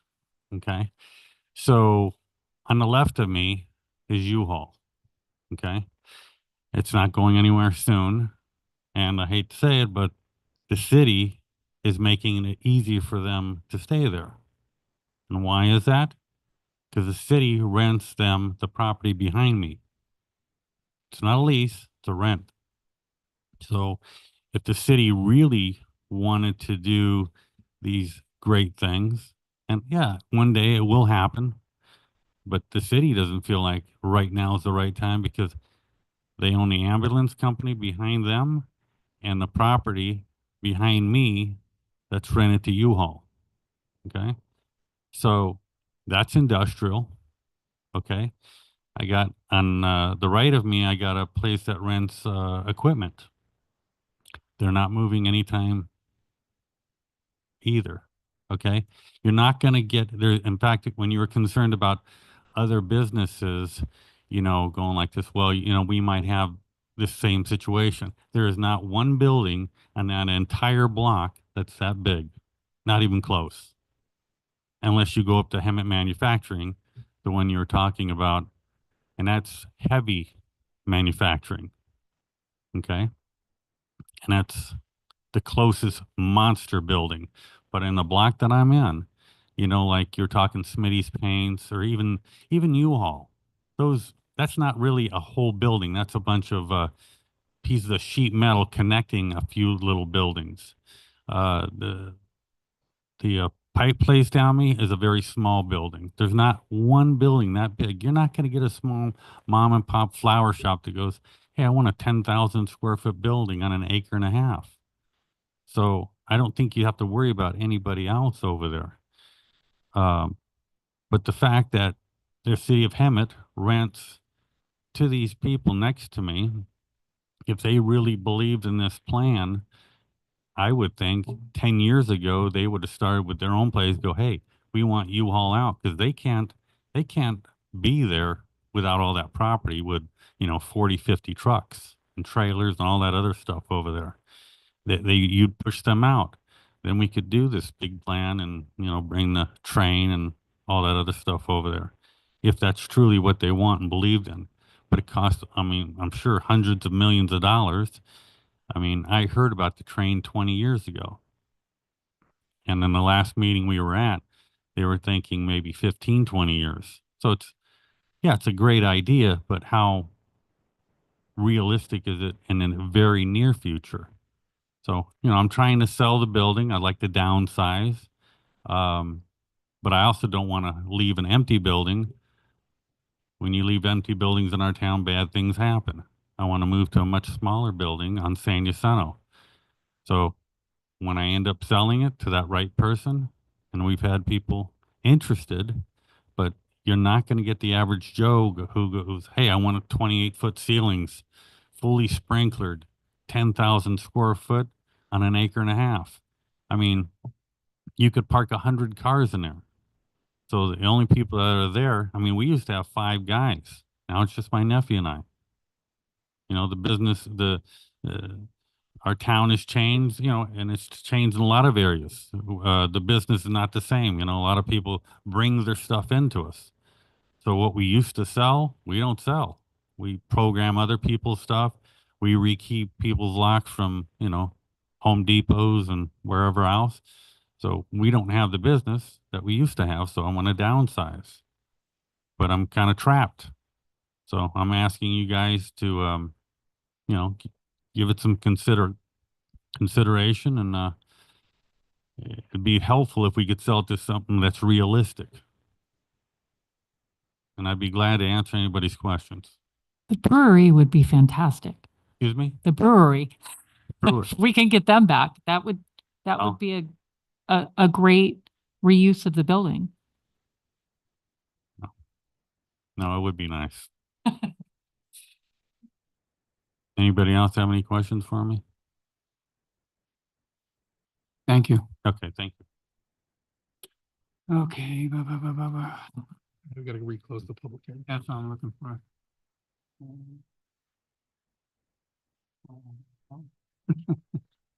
Mayor, you Public could hearing is close closed. the public hearing at this time if you. Okay, public hearing is now closed.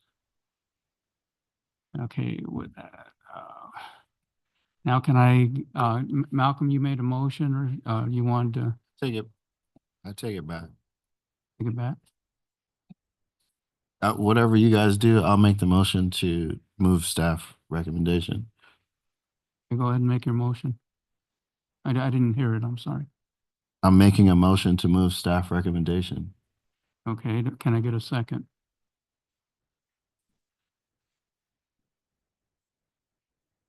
No second?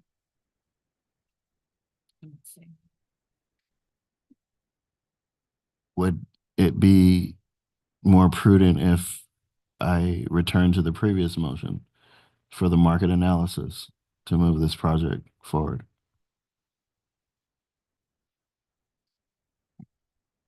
How much would that help? What are you thinking? Well, I think I'd want more than a market analysis. I mean, because we do have things happening with the mobility hub, and we do have things that are changing. So I'd like to know what's on the books, what's pending, and like I said, it happens one property at a time. It's unfortunate for this property owner, and I'm sympathetic to that. But as the city attorney had said, I mean, there's no other area for the TOD. And I didn't know anything about us renting properties, so I want to get more information on that. I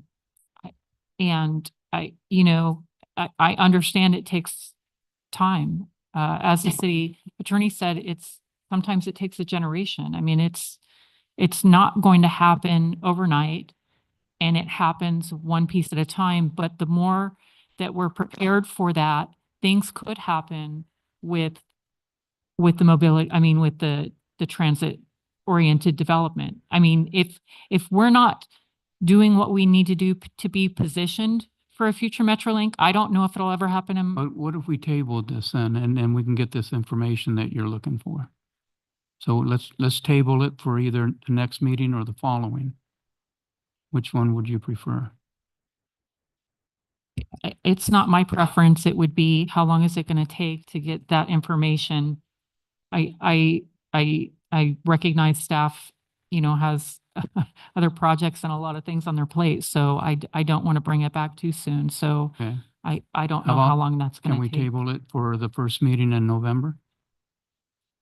Is that too soon? I would defer to staff. I really don't want to Monique? put them in a position. Oh, okay, just so I can get clarification on what information the council is looking for staff to provide. We can look into,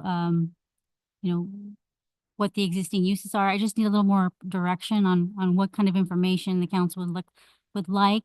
If it's a market study, we might need to look into that further, that would have a cost associated with it. Just need a little more direction from the council.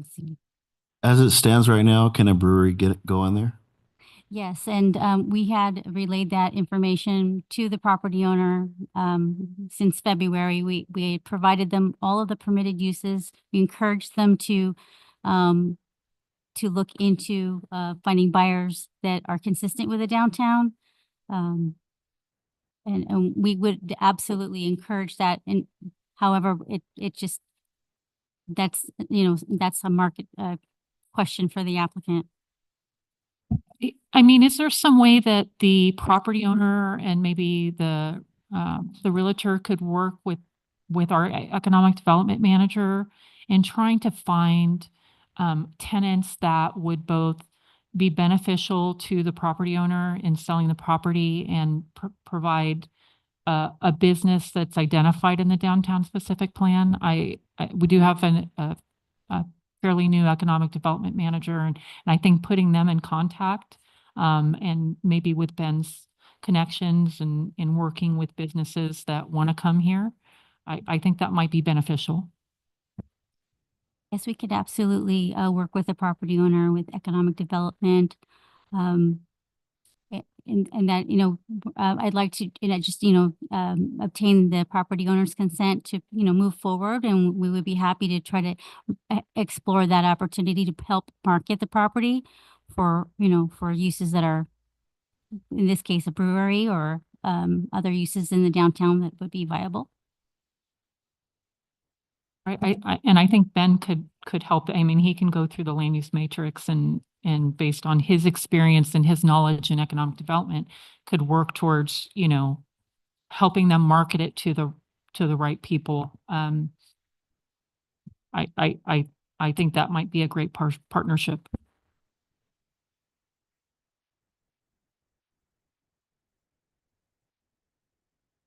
I just recommend we table it until first meeting in November to see where we're at.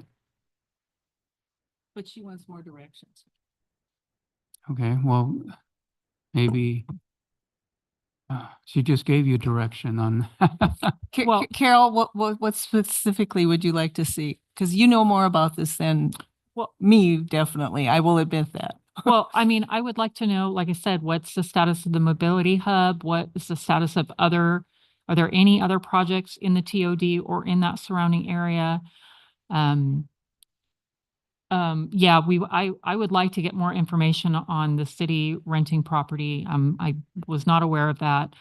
I'd also, based on what Councilmember Lilienthal requested, is maybe get an estimate for a market analysis. Maybe not have that done, but see what the cost impacts would be, because that's going to be time consuming, and I don't think November 1st would do that. And yeah, who's going to pay for that? The property owner's trying to get he's trying to sell his property, for the best price he can. And so I don't think burdening the property owner with that is necessarily fair. But I mean, that's kind of what I'm looking for, is get them in contact with Ben, see what we can do. I mean, I know that you're adjacent to uses that are not conducive to the downtown. They're all pre-existing non-conforming uses, but it has to start somewhere. If we do this, we are opening up a can that we can't close, because the next person's going to come in and say the same thing. And how do we combat that? How do we say no if we say yes to this one? I'm extremely concerned about that. And again, because it's a light industrial use, and we don't even have a category for that in the downtown specific plan. That's just, those are my comments. So how about I make a motion to postpone this till we can get a status on the mobility hub, where that's at, info on any city rentals, all of the city rentals, just so we have that information and not have to make you guys go back and forth on that. And then an estimate amount of how much money it would cost, what funds it would come out of for a market analysis, and then to see if you can make a connection with Ben and the property owners for Ben to find a operator that would be open to, I guess, according to the council, more likely a brewery in that. any use that's allowed in there in the TOD, but Because I'm seeing how how tall it is, those vats would be able to fit in there. But that's the motion. I'll second that motion. Yeah, okay, good. Oh. City Clerk, may we have a roll call, please? I have a motion by Councilmember Lowenthal, seconded by Mayor Pro Tem Peterson. We're going to do a roll call. Councilmember Kendrick, yes. Councilmember Lowenthal, Again, this is for postponing the status of the mobility hub, getting info on all city rentals, estimating the market analysis, getting an estimate on that cost, and then contact with Ben to work with them to find someone to help them move this project. Yes. Mayor Pro Tem Peterson, Yes. Mayor Males. That motion passes 4-0.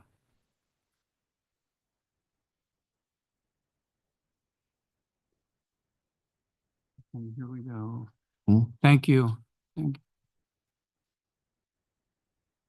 Now, can we get a report from staff on item 15B, please? Thank you, Mayor. Members of the City Council, Monique Allen Slater, Community Development Director. This evening before you is a general plan amendment. It's a two-part presentation, and we do have Kimberly Horn this evening that's going to be presenting it, but I'm going to just provide you a brief background on this. On November 10th, 2020, the City Council authorized staff to apply for a non-competitive local early action planning LEAP grant program funds from the California Department of Housing and Community Development to implement the housing element update, an addendum or a revision to the city's public safety element, and a new environmental justice element chapter to the City of Hemet general plan. The contracted agreement awarded to Kimley Horn and Associates was to facilitate this project.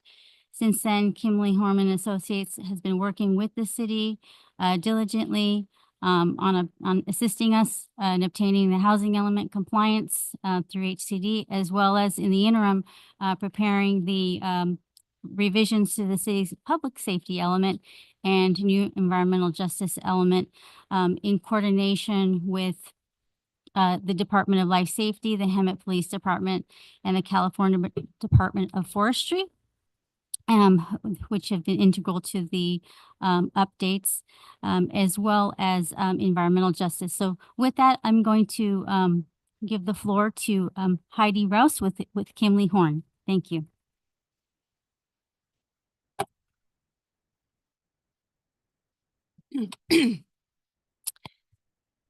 Hi, good evening. You'll have to excuse me. I'm getting over that lingering cough, cold thing. It's not COVID. I've tested 3 times. Okay. So I'm going to get my best through this. Hi, good evening, Mayor, council members, members of the public. Thanks for having me. My name is Heidi Bruce, and I was the lead on the safety element and the environmental justice element. We'll be talking about both of those together tonight. And so again, I'm here from the firm Kimley Horn and Associates, and I have a small presentation to step through. So let's see, hopefully, oh, magical. All right, I've made my introductions. And again, we are here first to talk about the safety element update. Sorry, I'm out of my notes here. I'm going to provide a little background and some legislative updates on why your safety element needed to be updated. We'll talk about the existing policies and what a great job that had been doing for you, but it had to incorporate and update a few new policies, and in particular, what is now required of safety elements, what is new, is consideration of a changing climate and doing a climate vulnerability assessment so that the safety element looks at not only what you know and are your existing risks and hazards, but really tries to project that into the future, because you don't update a safety element all that frequently. So that was what the intent of that, but we'll go through that. So again, this is part of the general plan update, as Monique said, that has been undertaken as part of your required housing element update. So government code, there's always government code that mandates these things. This is what establishes the elements that are in general plans. It's fairly highly prescriptive. And this one was passed back, I think, in 2016 that said, hey, city, county, every time you, in your next cycle, the next time you adopt or revise 2 or more elements concurrently, you need to update your safety element. Prior to that, it was done on an as-needed basis. So this was really just a big push across the state to say it's time, at least, you know, to bring everybody up to date in 2018. You know, really the goal is to make updates throughout all the elements internally consistent. And so your safety element was updated. Again, all safety elements need to include mitigation measures and take a look at both natural and man-made hazards and looks at that potential emergency events. The key here is to minimize the risk of injury, loss, or damage to property. And so the update that we've undertaken here also includes a review of the fire and wildfire sections. I don't think I need to tell anybody here that's, you know, almost constantly in the news now throughout Southern California. And to that degree, the climate change vulnerability assessment we performed looked at a number of hazards and specifically in this area to wildfire. So a little bit of background, your safety element was last updated in 2012. Didn't make it good, bad, or indifferent. You know, it was a very thorough safety element, but it really was time to update that again per fairly recent state law. As we said, your safety element addresses both natural risks such as fires, floods, droughts, earthquakes, and landslides. And it is required to assess and disclose areas that are located in state responsibility areas, and in particular, the very high fire hazard severity zone. You'll probably hear me bring that up a few times. There was a big focus on that in this requirement, this update. And again, this is a big focus is on wildfire, but looking at all of the hazards. So as one can imagine, the safety element has gone through a lot of outreach with your city departments. They were fantastic partners. They all did a very thorough review along with planning staff, stretching back over the last year. And then when all that was wrapped up, it was sent over to CAL FIRE on May 28th of this year. And Captain Joseph Kennedy did a very thorough review. When he was satisfied, it then has already gone to the Board of Forestry for a July 23rd hearing in that it satisfies the requirements of the state. But we're here before you now, City Council. We've been to Planning Commission already. It doesn't mean you can't change things. It doesn't mean you can't alter things. Simply, if there's any material changes, we'd have to go back to CAL FIRE. But to meet the mandates and the timing on that, they have already looked at the updated revised safety element and were pleased and presented that on July 23rd for a virtual hearing that I was part of. So we got good marks.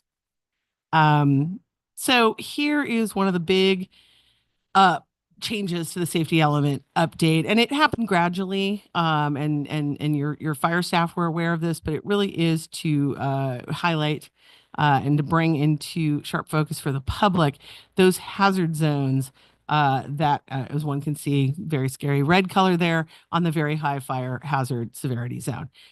You have, you know, areas surrounding the city, within the city that meet that requirement.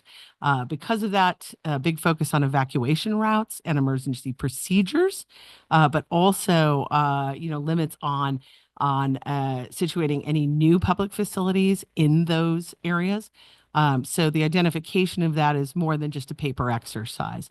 And again, as I said, we looked at the climate risks and how this might be, in fact, increased as we go forward.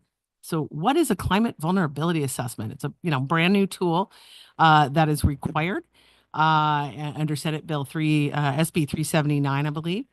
And it's a very thorough process we go through. It's informed by research done at the state level. regarding how the climate is changing specific to Hemet. Also specific to Hemet, it looks at your current city policies, such as climate action plans, and other elements, and cross-checks where those goals and policies can inform your response to a changing climate. So the state has a tool called Cal EnviroScreen 4.0 and Cal Adapt. Those are kept and updated as new science and research comes in, and the CVA relies heavily on that. It also followed the Southern California Associated Government, or SCAG's, Climate Adaptation Planning Guide, and in particular, the Western Riverside Council of Governments example CVA that they had done before. So it's new to you and it's fairly innovative, but it's really based on some solid practices, policies that were established by others. So CVA assesses the vulnerability of your city's population, your infrastructure, your essential service to climate stressors. And there's a long list of them, but really the ones that were very relevant here to Hemet include high heat days, more frequent and more intense storms, which can down power lines and force road closures. There's also secondary effects such as flooding and drought. We look at both acute and chronic effects. So we're looking at single events or things that are, can go on for days, months, years, and in fact increase in severity.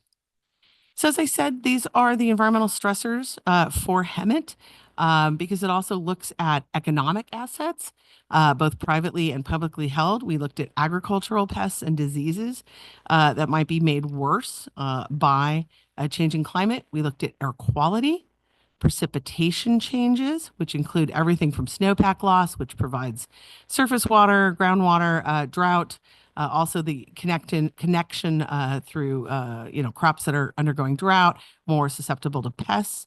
Looked at riverine flooding, severe storms and extreme weather, including lightning, wind, flood, hail, temperature changes, in particular warming, extreme heat, heat waves, agricultural pest disease, but also wildfire and its secondary effects of erosion and landslide. So we looked at your existing climate resiliency policies that were contained in these particular units, land use element, open space and conservation element, and community service and infrastructure. And we really did that to study the city's ability to adapt to the changing climate. And the CVA examined those existing general plan goals and policies. There's no point in reinventing the wheel, but really looking to include some new requirements focused on new development to include design features that minimize the risks associated. So your current goals and policies really were found to meet the existing and future risk of drought, energy loss, and adequate supply of critical infrastructure. As I said, many things the city's doing very, very well. But what the CVA found was that your existing policies might not be enough in that mid to end of century with regards to severe precipitation and flooding, which I know we talk about drought, but we also talk about severe precipitation because climate change is going to decrease the amount of water overall, but it's going to come in much more, extreme events. So you got to kind of try to plan for both. But also expanded very high fire hazard severity zone and flood zones. And also, as CAL FIRE really stresses to us in their review, to make sure outreach to vulnerable and disadvantaged communities, especially those located in those hazard zones, has been done. And so here are the 6 new safety element policies that were added in response to all of the work that we have done. You can see that with regard to evacuations and plans, there's 4 policies there: emergency communication and redevelopment. So those are the 3 areas and the 6 policies that were added. So in summary, the updated goals and policies that were included, that was informed by the CVA and the state requirements and objectives, were to update the city's emergency operating plan to incorporate updated planned responses to emergencies, to increase evacuation planning for flood, landslide, and wildfire hazards, to look at wildfire evaluation for new development and redevelopment, but also considering climate change hazards when retrofitting critical essential public facilities and related infrastructure. Other safety element updates, it was just time to update it, make it more consistent, and to make some minor text changes are sort of here. Some of these were required by state law, others were required as best practices. So I think they kind of speak for themselves here, and we can go back if you have any particular questions.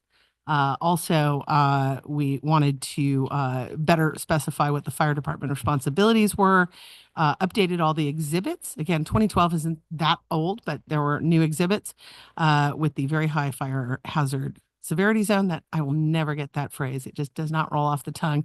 Also, identification of the local responsibility areas with state responsibility areas. And also added a repair program for senior and disabled homeowners. And made mention of the new community alert system that had been, introduced since the 2012 version. Which brings us to recommended actions, and that is to, staff on behalf of Monique here, recommend adoption of the safety element and the environmental justice element. So ask you to hold off for a minute because we want to do it as one general plan amendment because you are limited, and Steve will definitely keep me on the legal rail here to only 4 amendments per year. So we would like you to consider both the safety and environmental justice element together. You don't have to. You can segregate them if there's a reason to, but you are limited as a city to only 4 general plan amendments a year. So combining them counts as one.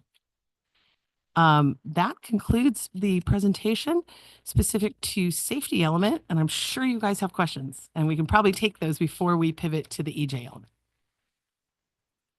I just had a couple questions, and one of them to staff was where are we at on the cycles we've used? Because obviously I'm a planner. Yes, So- you've mentioned that. Yeah. So on page, or it was on section or item 6.7.1. So we're talking about vacant buildings, and so I'm wondering what we're doing to help combat that. Oh, is this directly in the text, are you saying, Yes. or was it in my presentation? Oh, okay. I don't have a slide on that. Okay. Okay. I did get a response from staff, but 6.12. Okay. And so I have concerns with that as feasible and appropriate. If a redevelopment or a project is in a very high fire severity zone, I don't want it to be, it's appropriate. I don't understand why we would.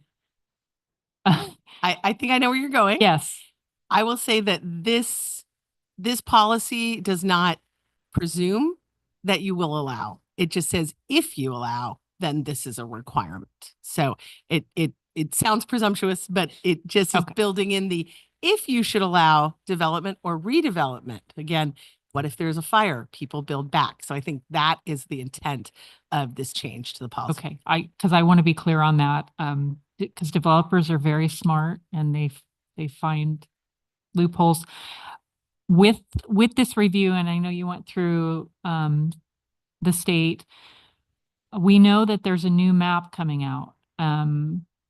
Did this exercise take that draft map into consideration? I know, it's supposed to come out like forever ago and it still keeps dragging on, but we're supposed to get the new fire severity map soon. I don't know Took into account whatever the publicly accessible, accessible version is. If that undergoes an update and that if that materially affects the city, then you may look at another update, but we couldn't do it on speculative data. So we did it on what was in hand.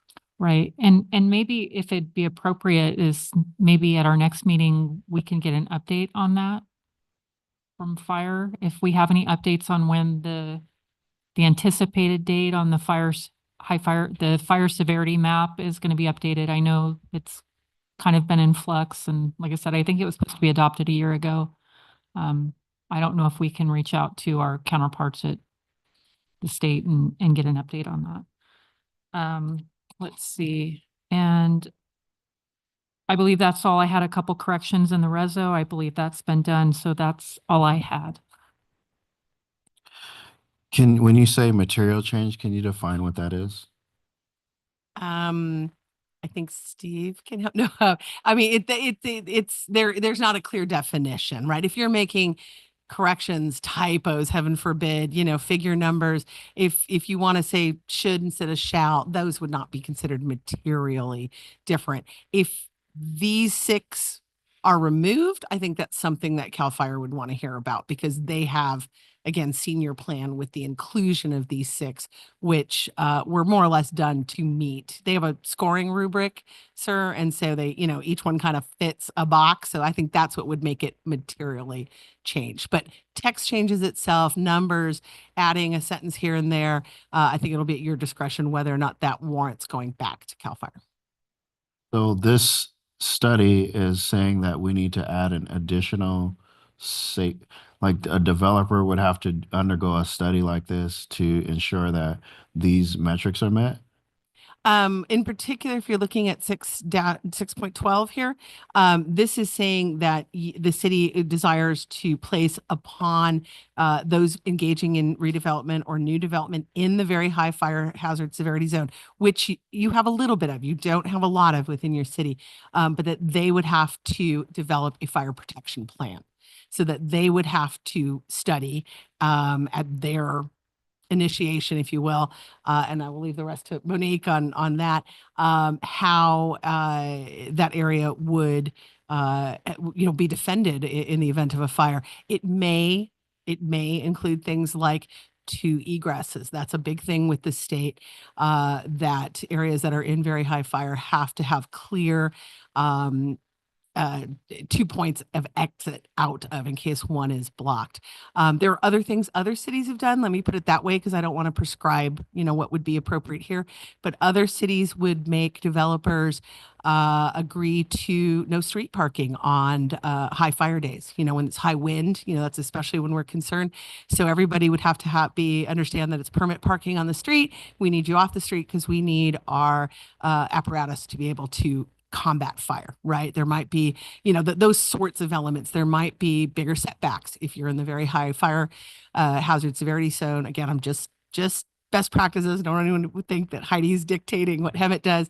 It might be a larger setback on fuel reductions, for example. So that's what a plan might entail, and that would be customized and then approved by the city before that development or redevelopment could happen. That's what was envisioned in 612.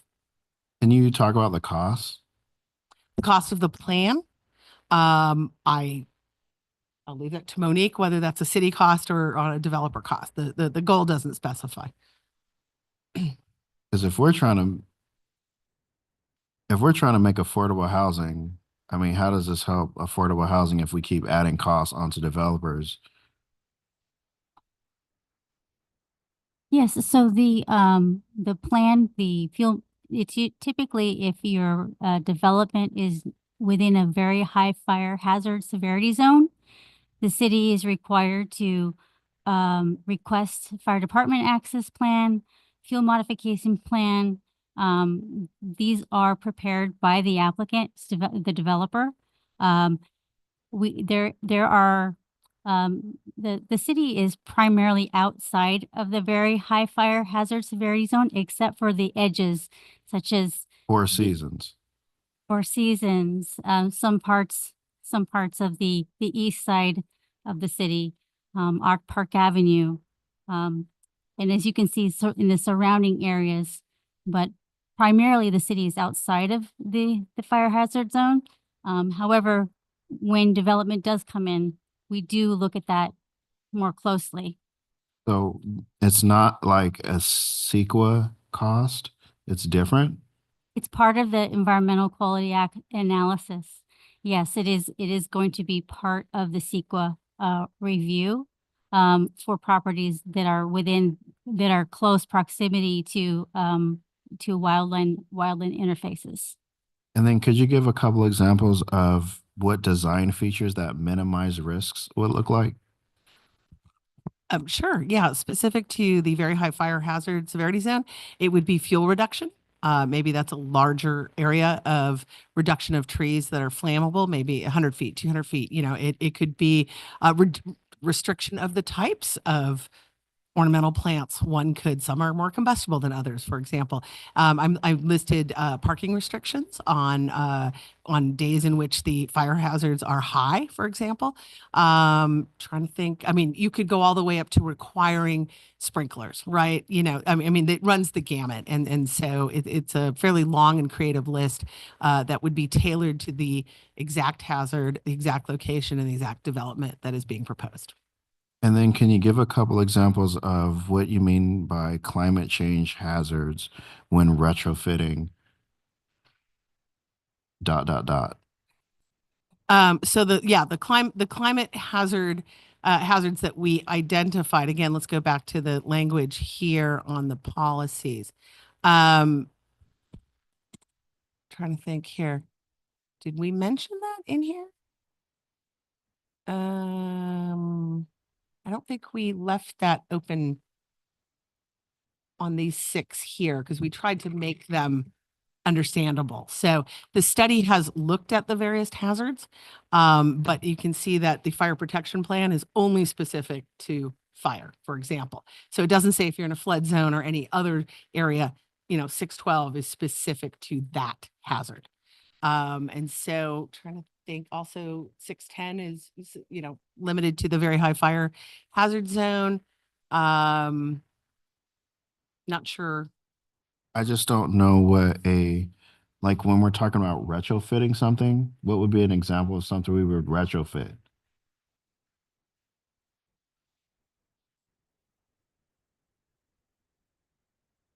I see. Sorry, I do see that in 10.6 now. This is what we collectively in the sort of engineering and design field called future proofing your decisions. So what that would mean, because again, we're talking about related infrastructure, is if you're building, you know, a new firehouse, something like that, consider not just what the flood zone is today, consider what it might be in the usable lifetime of that asset. So that is what is envisioned under 10.6. Again, site specific, but it is meant to be future proofing decisions that you make now for an asset that might have 50 years of usable life, that there is a change in climate, acknowledge that in your design parameters, and that would be specific to each location. Does that help? Yeah. Okay, sorry about that, Vagary. I just have one thing.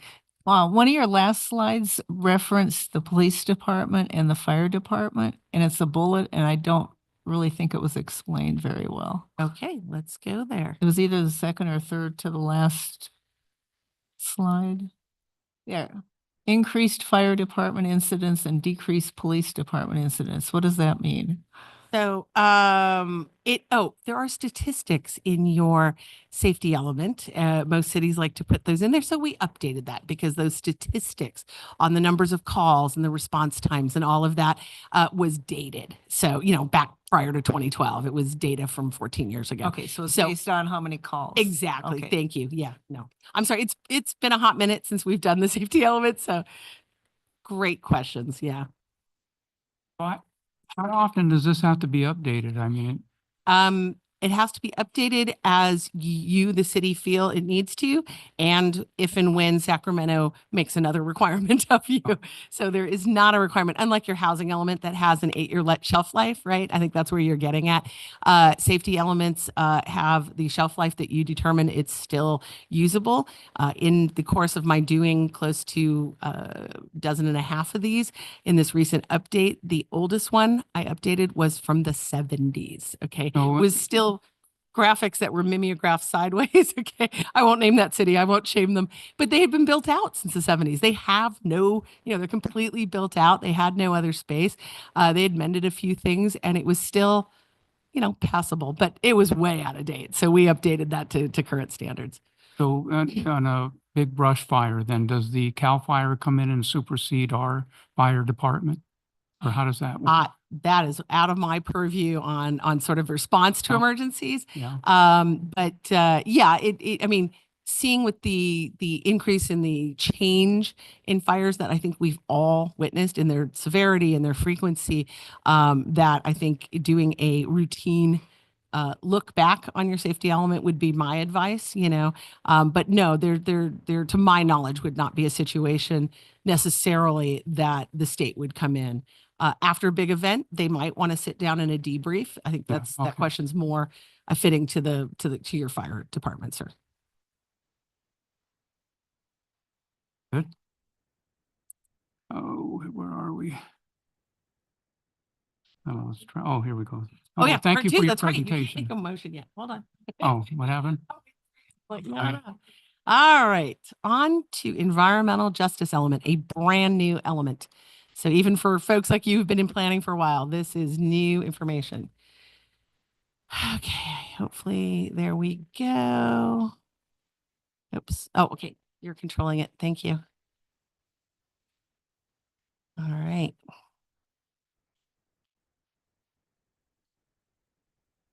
Thank you. I think we'll go forward. I'll skip the introductions. You know who I am and why I'm here. All right.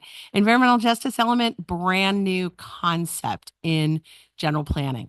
And its focus is really, and it's really born out of the disadvantaged communities, move within planning. It's heavy on community engagement, and it does rely on existing policies. When you hear a new mandate, it is triggered. We'll talk about what triggers it. So not every city, county jurisdiction will do an environmental justice element. There's two ways to meet the requirement. You can create a new element, which is how staff went, if you trigger it, or you can insert the policies that meet the 9 areas, and we'll talk about it in existing elements. So although the state was, fairly prescriptive in who has to do it and when you have to do it by, they did give you a couple of options. Communities can also do an environmental justice element, even if they don't meet the strict definition of a disadvantaged community. And we'll talk about that a little bit. So there's some triggers to communities that have to do an EJ element, but it is voluntary for those who want to. And we'll get to a slide to it. But there were some questions the last time I did this. So I wanted to spend just a little time up front that when we get to that and we talk about the analysis that we do to determine whether or not you are mandated are at the census tract level. It is not to say that the policies contained in this new element only apply to those 4 census tracts, not at all. It doesn't mean you don't have disadvantaged communities throughout your city. It also doesn't mean that everybody in those census tracts are considered disadvantaged. So I think there's a little confusion about this as I've given this presentation. It simply is a way the state said that for cities, jurisdictions that have disadvantaged communities defined as those that have at least 50% meeting these 3 criteria, and we'll get to it, then you have to do an environmental justice element. For example, Menifee, it's fairly close by. They didn't trigger the strict definition because of the way their disadvantaged communities were kind of spread out. So they didn't trigger, but they chose to do one anyway, or to actually to consider it in their general plan update because they wanted to reach those communities and the specific needs of those communities. So you'll see a response to it. But amongst communities, there aren't a lot of new environmental justice elements. So it really is, something to be proud of, I think, in the city, that you're taking this on head on. And so we'll kind of step through how we got here. So again, this is part of, the general plan update. And here's the government code that prescribes, per California law, the requirements of general plan. So in addition to the updated safety element discussed earlier, I think as Monique said, you've also updated your housing element and circulation are 1 or 2 of the other ones. So that is per Senate Bill 1000, what has triggered consideration of environmental justice element, because 2 or more elements were revised concurrently, and this came into law in 2018. So given that, we needed to step through and first determine if you have disadvantaged communities and then step through the 9 sectors that the state says you have to look at. Are you meeting them with current policies and goals? And if not, do we need new ones? So that's generally what we're doing here.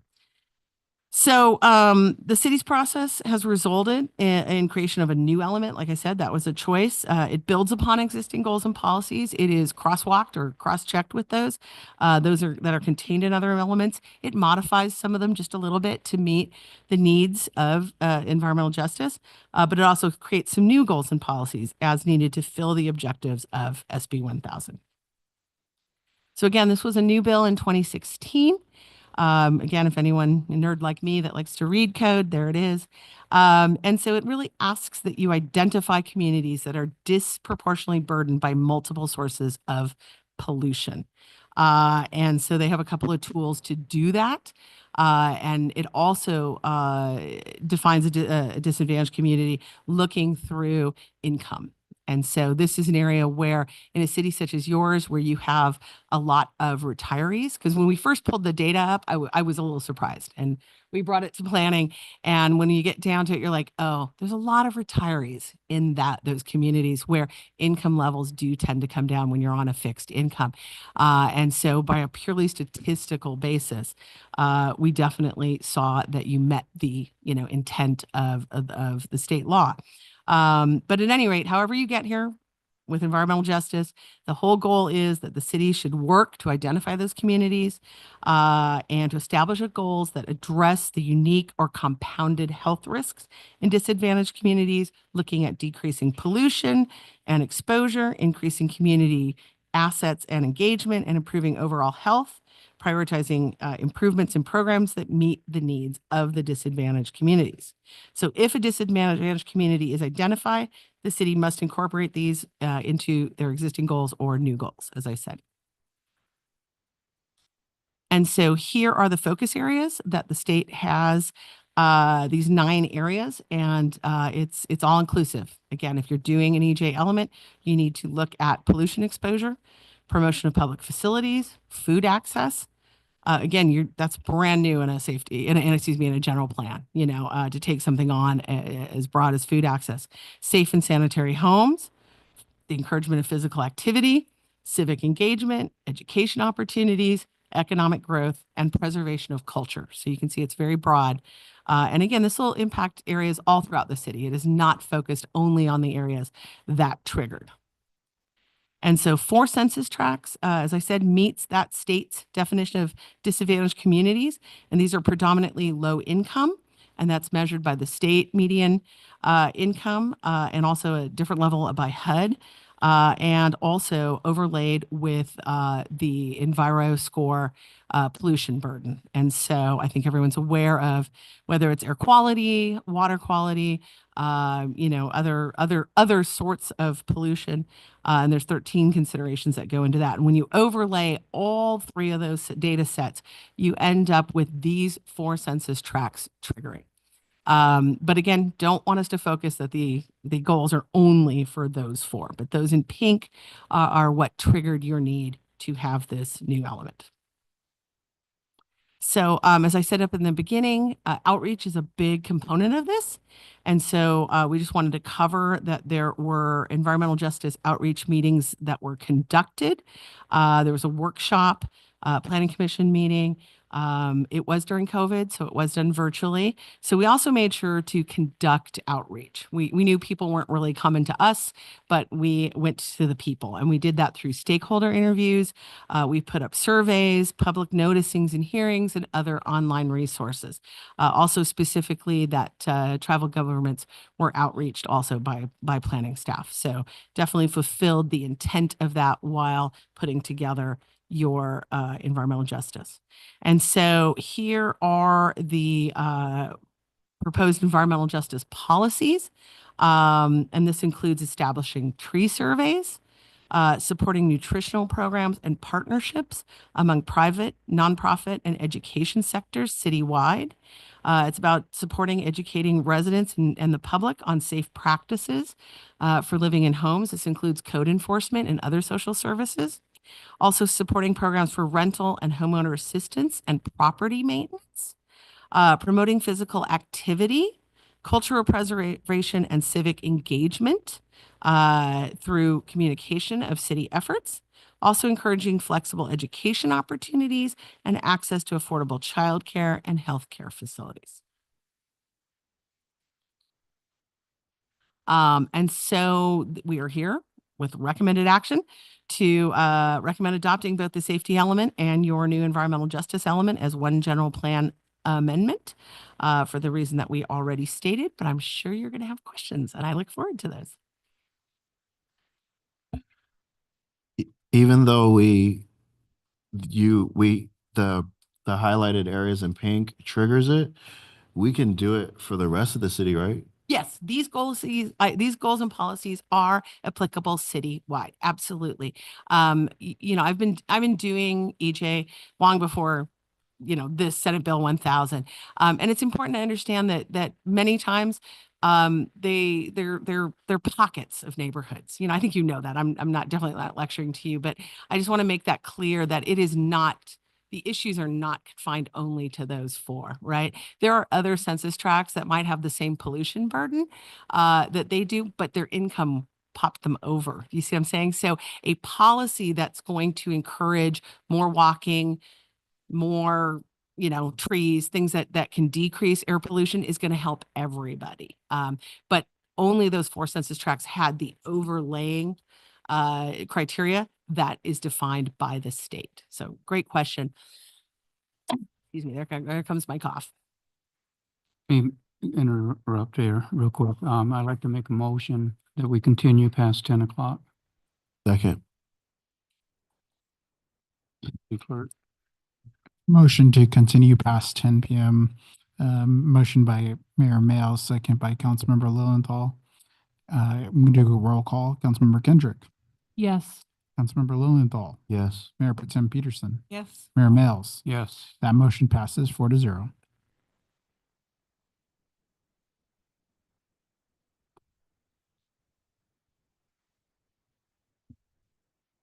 Oh, yes, go ahead. I think this is great, Heidi. The city I work for, we have an EJ element as well. So I think it's been a long time coming for the city. Anybody else? Staff were great to work with. It was a new process. We had to educate throughout the departments, but people really came with some creative ideas. It was really, really fun to be part of. So excuse me.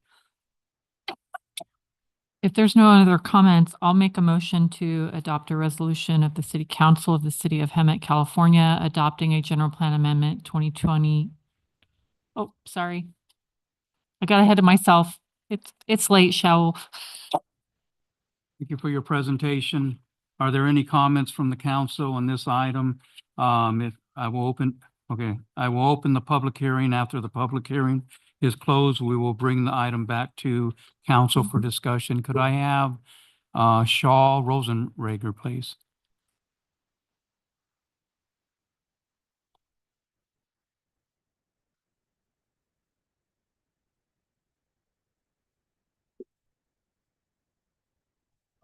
Oh, the 9 components and components. Yes. Okay. The city clerk will have to get it. Thank you. Does he? So I'll get started because it's getting late. So you're asked tonight to adopt the elements of the environmental justice policy that will guide the city's development and management. And I want to call your attention to a few of those focus areas: pollution exposure, including the improvement of air quality, physical activity, encourage civic engagement, and economic growth. So you're about to adopt the idea of reducing pollution exposure as a policy, and at the same time, you plan to bring into the valley one of the most polluting industries, logistics warehouses. If you continue with your plans, our city will be choked with diesel trucks and our lungs will be choked with particulate matter, ground level ozone, brake and tire dust. The words were improvement of air quality, and your actions are pointing to the opposite directions.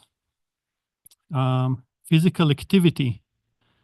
We're proposing to increase physical activity, but knowing that your actions are going to make outdoor physical activity dangerous. Children exposed to diesel truck pollution are likely to develop asthma and other pulmonary diseases. PM 2.5 particles from diesel exhaust end up deep in the lungs because our body has no defense against them. Nitrous oxide from the same source turns into ground level ozone that irritates and burns airways.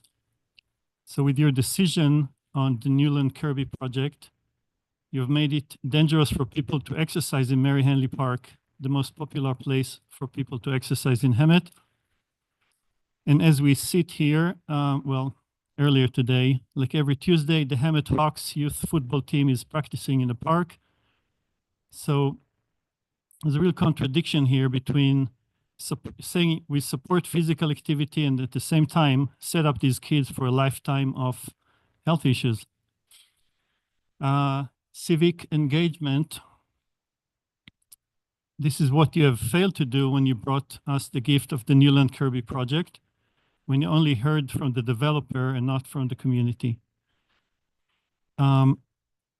Residents of Settle Point, Del Webb, and Solera Diamond Valley still don't know that you're planning a warehouse on the south end of Warren, and convoys of trucks will travel behind their homes. Last, I want to talk about economic growth, which is on this list. Your plan to fill up our valley with warehouses and choke our street with diesel trucks is the worst kind of economic growth. If you're allowed to carry on with this plan, we're facing an economic loss. You're bringing in low-paying, dangerous, part-time and temporary jobs while shutting down. You exceeded your 3 minutes. Thank you. Okay. Thank you. sir. Okay, can we continue? So now we will close public hearing, and can I get a motion, please? Oh, my God. So I apologize.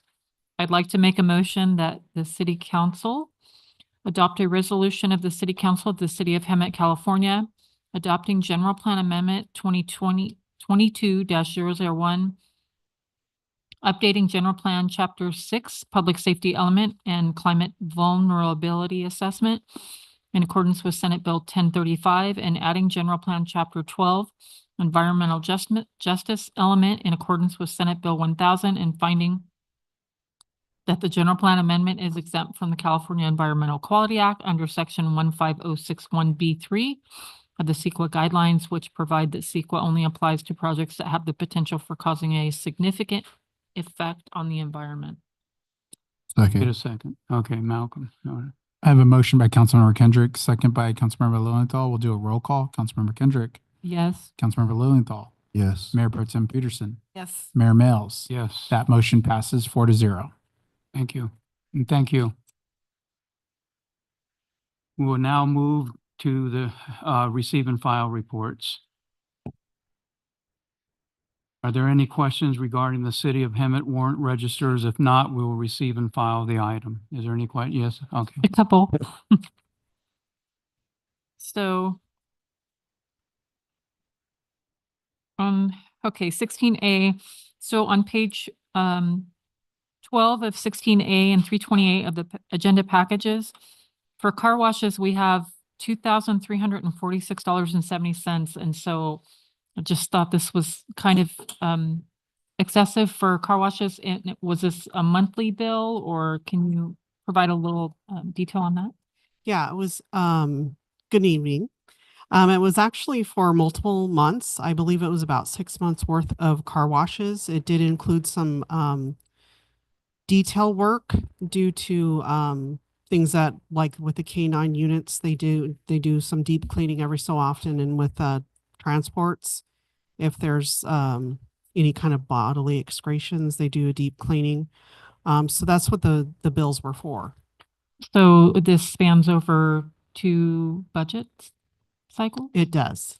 So I know the city attorney is acutely aware of this, but I mean, can we get billed on a regular basis, or we can request that they bill us on a regular basis so that? Yes. Yep. Yes.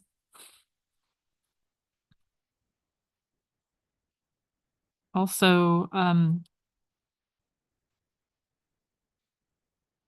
I think I have my other questions answered. I did see something on page 46 and 362 of the packet for Robert Macias, and it says excessive permit plan review. So I have further information on that, but I'm concerned about how that was entered in, and definitely was a red flag for me. Yeah, it was a building permit that was overcharged, and it was a refund that we were giving him back the funding. That's all I had. Malcolm? No? You good? Thank you. Okay. Not, we will receive and file the reports. And we'll move on to the consent calendar. Are there any items that anyone wants to pull on the consent calendar? 17F.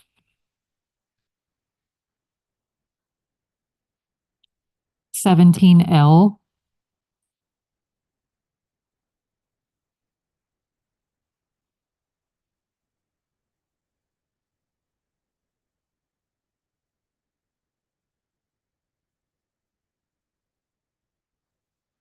Is that it?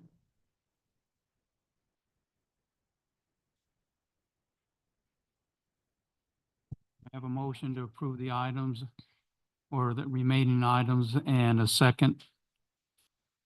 I'll make a motion to approve all the items except for L and F, 17 F and L. I'll second. I have a motion by Councilmember Lilienthal, second by Mayor Pro Tem Peterson. Council, please cast your votes. And that's to approve the consent calendar with the removal of items 17F and L for separate consideration. Okay, the skate park people, the lights got approved, so you're good. Okay. I'm missing your vote. Are we doing the button now? Oh, yeah, we're doing the button. Yeah, skate park. That motion people, passes 4-0. Your lights pass, so we're good. Okay. Now let's go to 17F. Okay, I'm okay with 17F, but I just wanted to make a comment that on the actual resolution, we do not name the top 3 companies that we're selecting. And I don't know if we want to make an amendment to the resolution or if in the future we can do that. Either way, it's I don't know fine. what is recommended, but I'd like to see the names of the company in the resolution. Okay. So you're good. Do you want to make a motion to pass it? I think it'd be appropriate to make a motion to pass the resolution with the amendment to add the firm names of TKE Engineering, Albert Webb Associates, and Wildan Engineering. I would like to make that motion to add those 3 companies to the resolution and pass it. Second. I have a motion by Mayor Pro Tem Peterson, second by Councilmember Lilienthal. Council, please cast your votes. That motion passes 4-0 as amended. And then council will make that note on future resolutions that have similar types of contracts. 17L. So I initially had concerns. I had some discussions with the city attorney and the interim city manager. So one of the sections that really caused me pause was the right to return. Basically stating that if an at-will employee was terminated from that position within 6 months of moving up in the organization, that they would have the right to bounce back if that position or a similar position is open. My initial concern was, if we're at the point to terminate an employee, based on their performance, for an at-will, is that I'm concerned about having an employee in our organization that that the city manager is ready to terminate. In my opinion, at-will contracts are, people know what they're getting into when they sign it.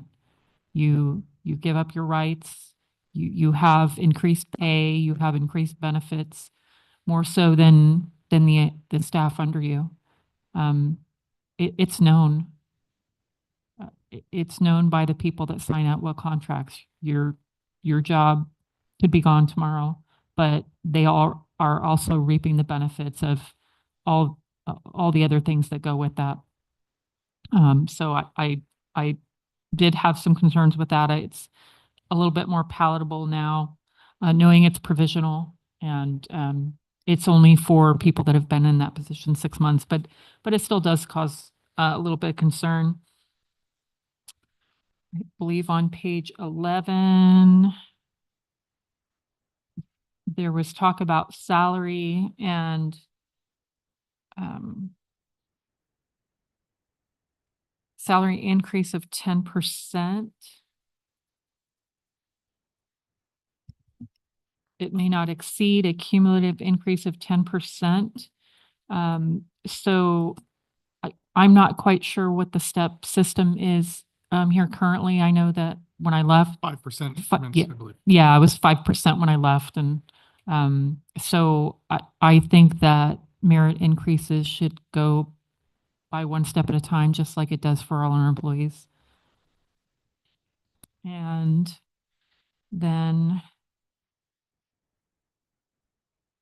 on page 13, I just wanted in section 7 reimbursement. So for these positions, it does include a vehicle allowance. And I just want to clarify that any reimbursements would not be related to fuel or mileage or anything related to that for these particular at-will employees, as they're receiving vehicle allowance for that. So Councilmember, my understanding of our policy is they do not receive mileage or reimbursement except when traveling outside of the local area. And so I think that's generally defined as Riverside and San Bernardino counties. I could be wrong. It might be a mileage basis. But if someone were to travel in their vehicle outside of the local area to, say, Sacramento, for example, we couldn't catch a flight, so they drove, they would get mileage for that trip. But I'm not familiar with any mileage reimbursements being routinely requested by those employees. I just want to clarify, I've been through situations. So I just want to make sure it's clear. Yes. I did want to note that our office did receive a couple of recommended minor changes to capitalization and punctuation.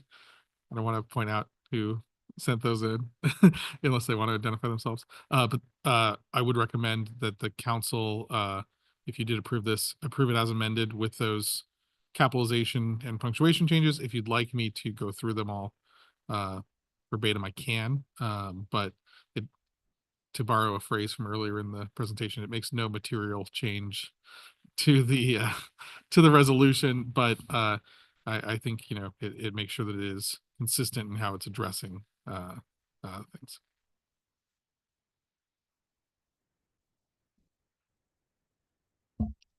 I'll make a motion to approve this item as amended with the capitalization and punctuation corrections. I'll second it. Oh, wait, hold on. No, I have to do this because city clerk is off the dais.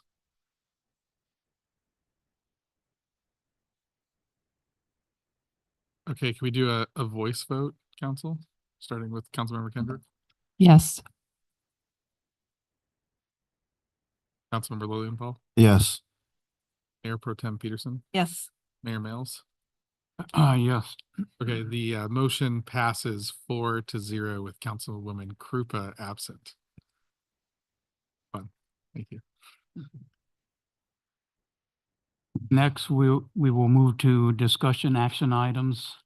Our first discussion item will be item 18A. Can we have a staff presentation, please?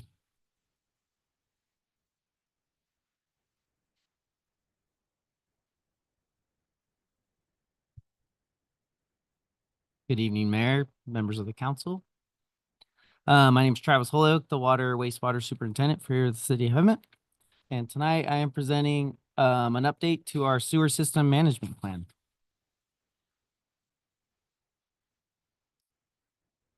A quick overview of our system. We have a total of just covering 6.75 square miles within the City of Hemet.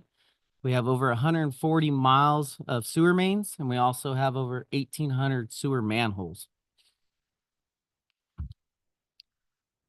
Adoption of the new regulation. On December 6th, 2022, the California State Water Resources Control Board adopted the statewide waste discharge requirements general order for sanitary sewer systems, which amends the previous general order and monitoring and reporting program. Some key changes in this order are new spill categories. The current order introduces a new spill category 4 and revises the existing spill category 3. It also changes some requirements. Each agency is mandated to update its sewer system management plan every 6 years and conduct an audit at least every 3 years following the last sewer system management plan update. Here are the 4 categories. Category 1 is any volume discharge that reaches surface water, a drainage channel tributary, or a storm drain. Category 2 is discharge of 1,000 gallons or greater that does not reach surface water, does not enter a drainage channel, or reaches a storm drain, but is entirely recovered. In category 3, discharge of 50 gallons or greater, but less than 1,000 gallons that spills out of a lateral due to failure of blockage in the sanitary sewer system. And category 4 is discharge of less than 50 gallons that spills out of the sewer lateral and is caused of failure by a blockage in the sanitary system. Some elements of the sanitary system management plan are sewer system management plan goal and introduction, organization, and organization is of our whole team here at the City of Hemet. Legal authority, enforcement, reporting, operations and maintenance programs, design and performance provisions, spill emergency response plan, sewer pipe blockage control plan, such as fats, oils, grease, trash, system evaluation, capacity assurance, and capital improvement program, monitoring, measurements, and modification plan to the sewer system management plan effectiveness, and periodic internal sewer system management plan audits, and sewer system management plan communications program. Some equipment that we have here at the City of Hemet, we have a GapVax vacuum truck, a jet rotor jetting truck, and a CCTV truck. These are all vital assets for the City of Hemet's wastewater system. The key benefits of these are they enhance our efficiency to keep our system flowing. It improves safety, especially when it comes to public health, and it's very cost effective.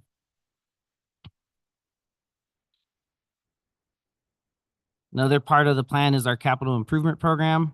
We routinely evaluate, staff reassess segments of the sewer system collections. We also identify the needs to focus on areas requiring rehabilitation or replacement. And in the planning part, we develop projects to address significant deficiencies that are found within our system. Ongoing safety training. This is a commitment to continuous safety training, ongoing training, personnel engaged in continuous training, emergency preparedness, training focused on readiness for emergency situations, particularly for spills, and importance of training crucial for maintaining safety standards and effective response protocols. And I do want to note for this, we also do this in coordination with the surrounding agencies. We do these trainings together with EMWD, City of San Jacinto, and we try to include Lake Hemet in this as well. That way we get everybody on the same page. We actually have one next month. It is respectfully requested that the council adopts and recertifies the City of Hemet Sewer System Management Plan in accordance with the California State Water Resources Control Board statewide waste discharge requirements for sanitary systems. Well, you guys have any questions? I'll gladly be here. Do you have an estimation of how often you guys have to clear out grease? Or are our pipes so big that that's never an issue? We have 2 crews that are constantly out cleaning our lines, and there are certain areas in town that are more susceptible to grease. And we actually go out and hand out flyers to educate them on, please do not do this, because if this is happening to our main, this is also happening to your lateral, and you're responsible for your lateral. Businesses, yeah, because typically they're your biggest producers, but they also have grease interceptors to prevent it. But there are sections of towns that we do find, and we make sure that we go out there and hand out notification for them. We have good handout cards that are available at City Hall and also at the city yard. The places that have that trouble, are they lacking that part that prevents the grease to go into is there anything we could do on our end to catch that? Residential connections are it's just a regular line that goes straight out to our sewer main. So there is nothing to stop it, such as like a restaurant that might have a grease interceptor that's going to collect all that to solidify it, and they'll come in and pump those out. But residentials typically don't have them. Do you think it's prudent that we run some type of campaign to educate the public about? I don't know if you've seen our trailer at the city events or other events, but we also have those handouts that we're constantly out sending them out to people, educating them that way. We've worked with social media to post them on our social media platforms. And like I said, as we see them instances in neighborhoods or that have high grease, we go out and knock on doors and actually try to educate them that way. Do we know how many commercial businesses don't have a grease interceptor that would trigger one? So grease interceptors are actually, it's overseen by EMWD. Mm-hmm. And the reason they're overseen by EMWD is because they are the treating facility for all of our wastewater in the city. So they have their own source control program, and they're the ones that oversee and mandate if you need a grease interceptor and if you don't. So I'd have to work with EMWD if you wanted exact numbers, how many of ours need it. No, that's fine. And I have been a participant in a fog campaign. It was amazing. We watched a video on a fatberg. Look it up, people. It's big iceberg. It's like an iceberg, but it's fog. It's fats, oils, and greases that are the size, like sizes that you couldn't believe, that are stuck in these sewer systems and wastewater treatment plants and everything. It's absolutely amazing, and it changed the way that I, get rid of my fats, oils, and greases. So be aware of fog and look up fatbergs. It's disturbing, but you need to be aware of what happens when you put that into our system. Anyone want to make a motion? Thank you for I'll your make presentation. Oh, you're still going? He's going to make a motion. Oh, I'll make a motion to adopt a resolution adopting and recertifying the City of Hemet Sewer System Management Plan in accordance with California State Water Resources Control Board statewide waste discharge requirements for sanitary sewer systems. can I get a second? I'll second it. Council, please cast your votes. I have a motion by Councilmember Lilienthal, second by Mayor Pro Tem Peterson. That motion passes 4-0. We will move to item 18B. Can we have a staff presentation, please? Thank you, Mayor and members of the City Council. I'll make my presentation brief as it is a late hour. In order to conduct business at the annual league conference, the Hemet City Council must designate at least one voting representative and up to 2 alternates. The voting delegate and alternates must be registered to attend the conference. However, they do not need to register for the entire conference. They may register for Friday only. Conference registration is due by September 25th, so we have a day. The conference will be held on October 16th through the 18th, 2024 at the Long Beach Convention Center. And with that, I'm looking for a motion for considerations for a designation. Are you going to represent Beaumont or Hemet? Are you going? I'm on the league for Hemet, not Beaumont. Okay. So I'm going for Hemet. Okay.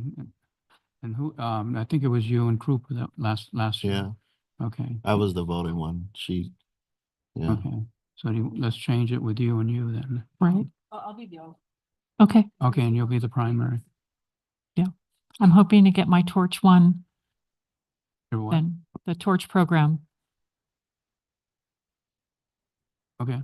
The important part, Mayor, is who's willing to be there on Friday morning. I will. Okay, because that's when the voting takes place. Now or 2, It's up to, so you can have one. It's up to. you're good to go. Yeah.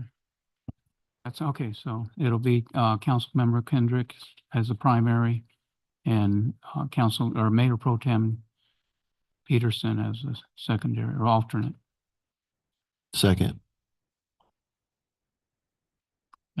We could do a roll call. Councilmember Kendrick, Yes. Councilmember Lowenthal, Yes. Mayor Pro Tem Peterson, Yes. Mayor Males. Yes. That motion passes 4-0. Okay, we will now move to item 18C. Can we get a staff presentation, please? Oh, I was wondering why you waited this long. Good evening, Mayor, council members, and city staff. I have the honor of doing the last one for this evening, the staff report. This is a consent calendar item requesting the waiving of fees and some sponsorship for the World Homeless Day Outreach Expo. So just a little background on this event that we have planned. It is for October 10th, a Thursday.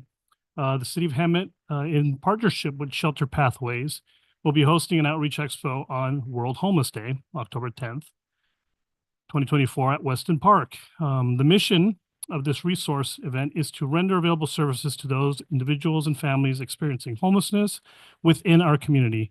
Available resources will include healthcare, shelter information, housing programs, legal aid, job training programs, mental and behavioral health support, pet services, military veteran services, immunizations, as well as county services, education, and access to hygiene care and clothing.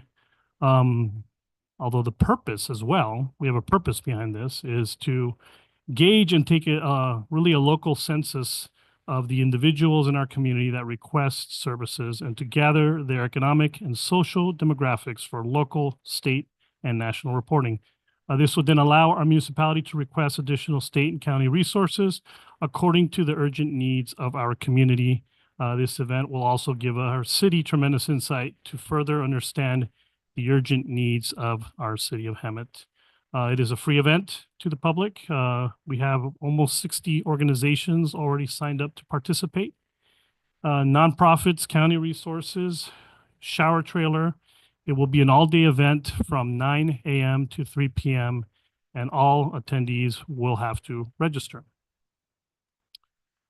And so our request here is for just a waiving of certain fees, which according to what we've already tallied, the permit fees are in a total of $1,288.90. In addition, with some public work fees for getting our street closure approved with Caltrans and setting up the street closure for that day on Thompson, totaling $3,363.90. And now the sponsorship request is just to help with the promotion and some of the logistical things as well that the event will need in order for it to be a success. We're asking for just a cost for the banner, request for restrooms that will have ADA accessibility. Right now, we have Rivco Animal Services that their max estimate for their truck is $3,500 that will spay and neuter up to 30 pets that day.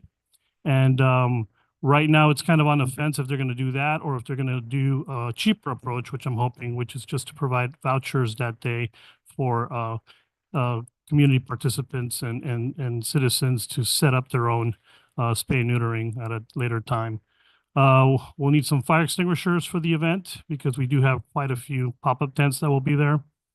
A water source for our shower trailer, and all that is an approximate total of $6,000 for a grand total cost of this event for $9,363.90. So that is basically where we're at. This meets 3 out of the 5 strategic plan goals for quality of life, community engagement, and partnership and collaboration. So at this point, any questions? So just for clarification, the money to cover this will come out of the money that Supervisor Gutierrez provided for us? No. Originally, my grant was going to pay for a resource fair. And so we had set aside about a $5,000 budget for the cost for that event. And now collaborating with Shelter Pathways, since they've been doing this and working for the last almost year, getting this event put together, I'm going to allocate some of those fees to cover those, depending what comes in based on the animal control and things like that. And then the other fees are just kind of like the permit fees that we've waived for events like Dia de los Muertos and the Summer Bash as well. So. But what is the fund that it says, the outreach program and River Bottom encampment grant? Correct. Yeah, that's not the money Gutierrez gave us? You know what, it is. I mean, it technically is. He helped push that money approved for here. You're right. Okay. My mistake.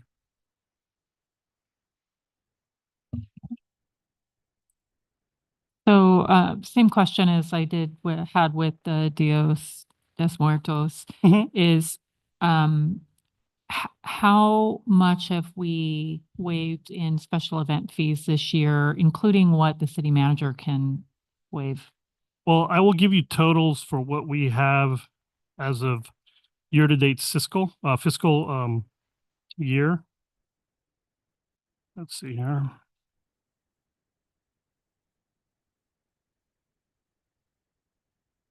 There we are. So since the fiscal year started, we waived fees for 2 events. One of them is the Dia de los Muertos, and the other one was a Cruise for Hope event. The permitting fees that were waived were totaling $3,321. And the in-kind service fees were a total of $2,630 for a grand total of $5,951. I don't know if the rest of the council would like this, but I think it'd be great in our staff reports if we had a tally, just so we know. Sure. Yeah, actually, I believe we've already discussed this among staff that we'll have an ongoing tally for some of these nonprofit events. I think this is going to be a great event, but I asked this question on our last special event, so I'm just, like I said, trying to make sure that we're paying attention to everything that we're waiving, and like I said, there's fees that can be waived by the city manager that the city council is not aware of. Sure. So I just want to make sure that we're kind of paying attention to all those fees that are being waived. Yeah, and this is kind of our way to kind of just get you guys on the same page of knowing what these events are and kind of helping spread the word as well.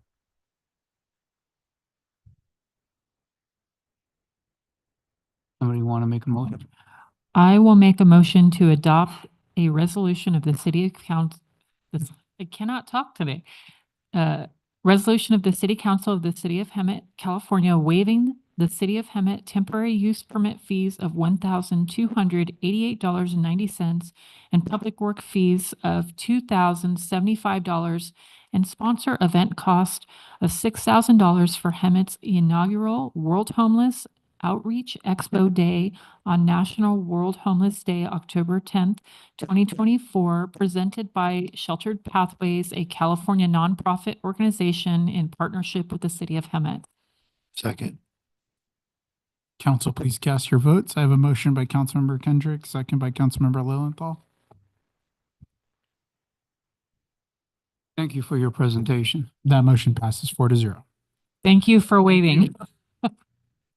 That's for last. We will now move to city council staff reports. Let's make it quick, ladies and gentlemen. So moved. So, Kathy Caines has asked me to report on something, so I'm going to start with hers. So she'd like me to mention that October 5th, 2024 is Friends of the Library $3 a bag book sale at the library upstairs from 10 to 3. Many thanks. And let me go back to my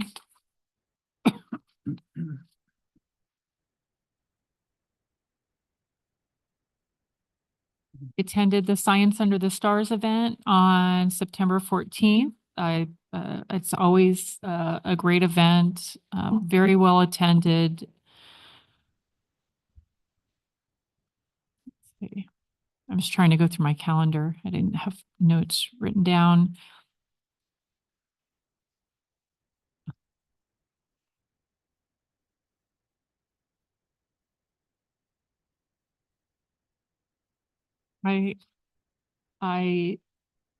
I'll let the other council members, or actually the mayor speak to this one, but I was in an event with him, but in another capacity, but that was a good time as well. And it was a state of the city. About it. Are you going to talk about it? Yeah, but you can talk about it. I don't, Go ahead. no, I don't Go ahead. want to. Talk about it. No, I wasn't there for Hemet. So, yeah, I have nothing else to report at this time. I had to sit in for Ms. Krupa. And so what was passed on for Riverside County Transportation was an approved agreement with HDR Engineering for completion of a project study for the Wildemar Trail Interchange Improvement Project. They also, another agreement with HDR Engineering for the completion of the project study report for the Bundy Canyon Road Interchange Improvement Project. And then there was another approval or for a cooperative agreement with Caltrans for review and oversight services for the Wildemar Trail Interchange Improvement Project. And then another cooperative agreement that was agreed upon for Caltrans to review and oversight services for Bundy Canyon Road. And then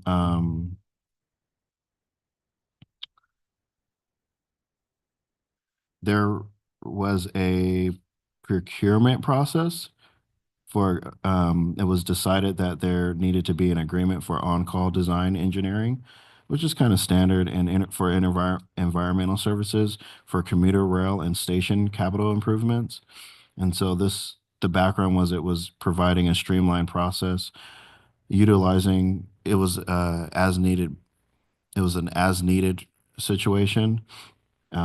Comprehensive design and environmental services for a variety of different projects. And so basically, instead of them going over and over again for RFQs, they went out for an RFQ for the qualifications for 5 firms who submitted a responsible and responsive statement of qualifications. And that went to Maffitt and Nickel, HDR Engineering, HNTB, and WSP, which were the firms that were selected as the most qualified. And so basically, the work is not guaranteed, but these pre-qualified consultants will be selected for specific tasks and progress based on the information which helps saves Riverside County Transportation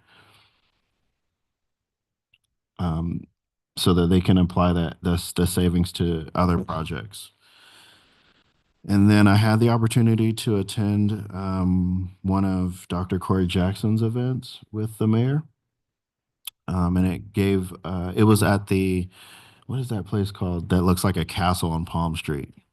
Camelot. And they had all of these resources for for our elderly, but the most important that I thought was really good that I'm going to try to partner with the state of California for those resources to go around to our or at least disseminate the information to our HOAs or our 55 plus is some of our insurance companies are dropping a lot of us, and there's a agency that will help with that effort to be able to find insurance companies for people for homes that have been neglected, and then also some information that encourages or educates our senior community about scams, things to look for on insurances and other things like that, so that to me, they're a vulnerable population for scams, and this organization will come down and educate them about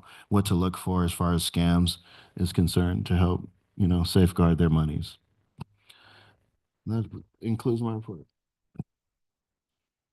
I attended the Riverside County Habitat Conservation Agency meeting last week.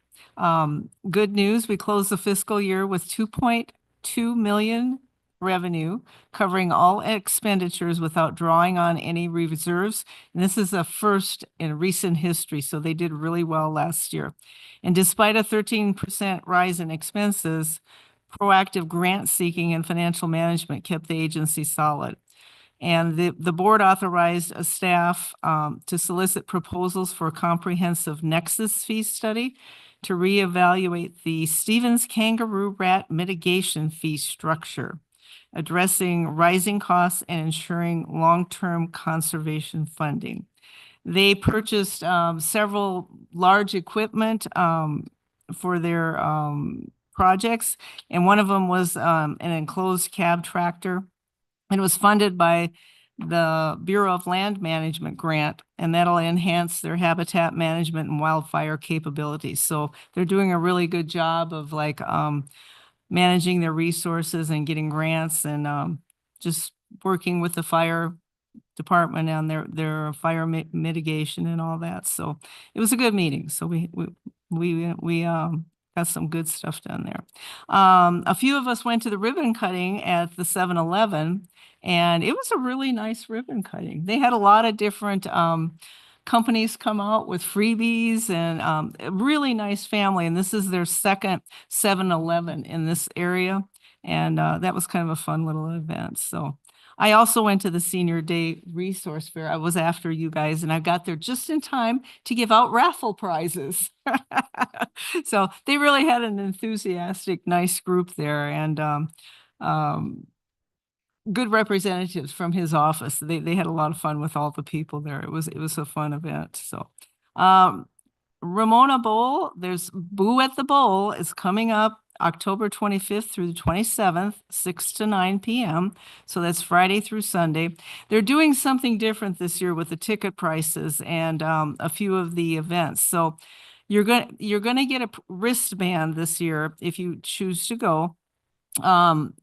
The ticket price before the event is $10. It's $12 at the door. So you get a wristband, and it's good for one time around the trick or treat trail for the candy, and unlimited access to the magic show, the haunted house, carnival games, and much more. And they're going to have some kind of a mobile truck that you can do games in, like video games. And they're going to limit the kids to like 10 minutes each, or else they'd be in there forever. And this year, they're going to have a beer and wine garden for mom and dad. So that'll be something different that they've never done before. And they're always looking for volunteers. So if anybody wants to volunteer at Boo at the Bowl, just contact them. You can check out their website or their phone number and volunteer. There's a form for that. Along with that, there was about 7 of us that are involved with Ramona Bowl, and we went out to Indio for a fundraiser golf tournament last Saturday. And it was a tournament the Knights of Columbus put on for scholarship for kids. And they asked us to do a special table and presentation for Ramona Bowl. So at the luncheon, our new director, Dwayne, got to speak about it. And we actually have a Ramona Bowl board member that lives in the Coachella Valley. And he got to speak a little bit too. So he's the one that said, come out here, tell them what Ramona Bowl is about, tell them what the play is about. So we're really trying to promote the play early this year and make people aware of it. So, and along with that, there's going to be a strong presence at the Laguna Hills Heritage Days this Saturday. And they're going to have like some of the traditional dancers and musicians and, you know, a couple of the board members and that. So Ramona Bowl is being active. So that's all I have. Okay, great. Thank you. What's that? Oh. The League of California Cities will be having their conference, and we'll probably all be there October 14th to the 18th. Mayor Pro Tem Jackie Peterson and myself will be meeting for the Veterans Memorial Etching application. November 11th, we have our Veterans Day, and hopefully we'll have names on the wall. So if you have a veteran that's passed from past wars, Vietnam, Iraq, what's the other one? Afghanistan. Afghanistan, thank you. And they died of complications from anything from the PAC Act or Agent Orange. They do have the option to have their name memorialized on the wall. So hopefully we can get some people on there and have their families there that day. September 13th, we had a ribbon cutting on, again, 7-Eleven, same thing. We participated on September 14th at the Science Under the Stars at the Western Science Center, and that was a good event. They made a lot of money for their location there for the museum and so on. So we had a pastors meeting September 18th with the nonprofits. September 18th, I was at the San Jacinto Valley Academy in San Jacinto speaking there.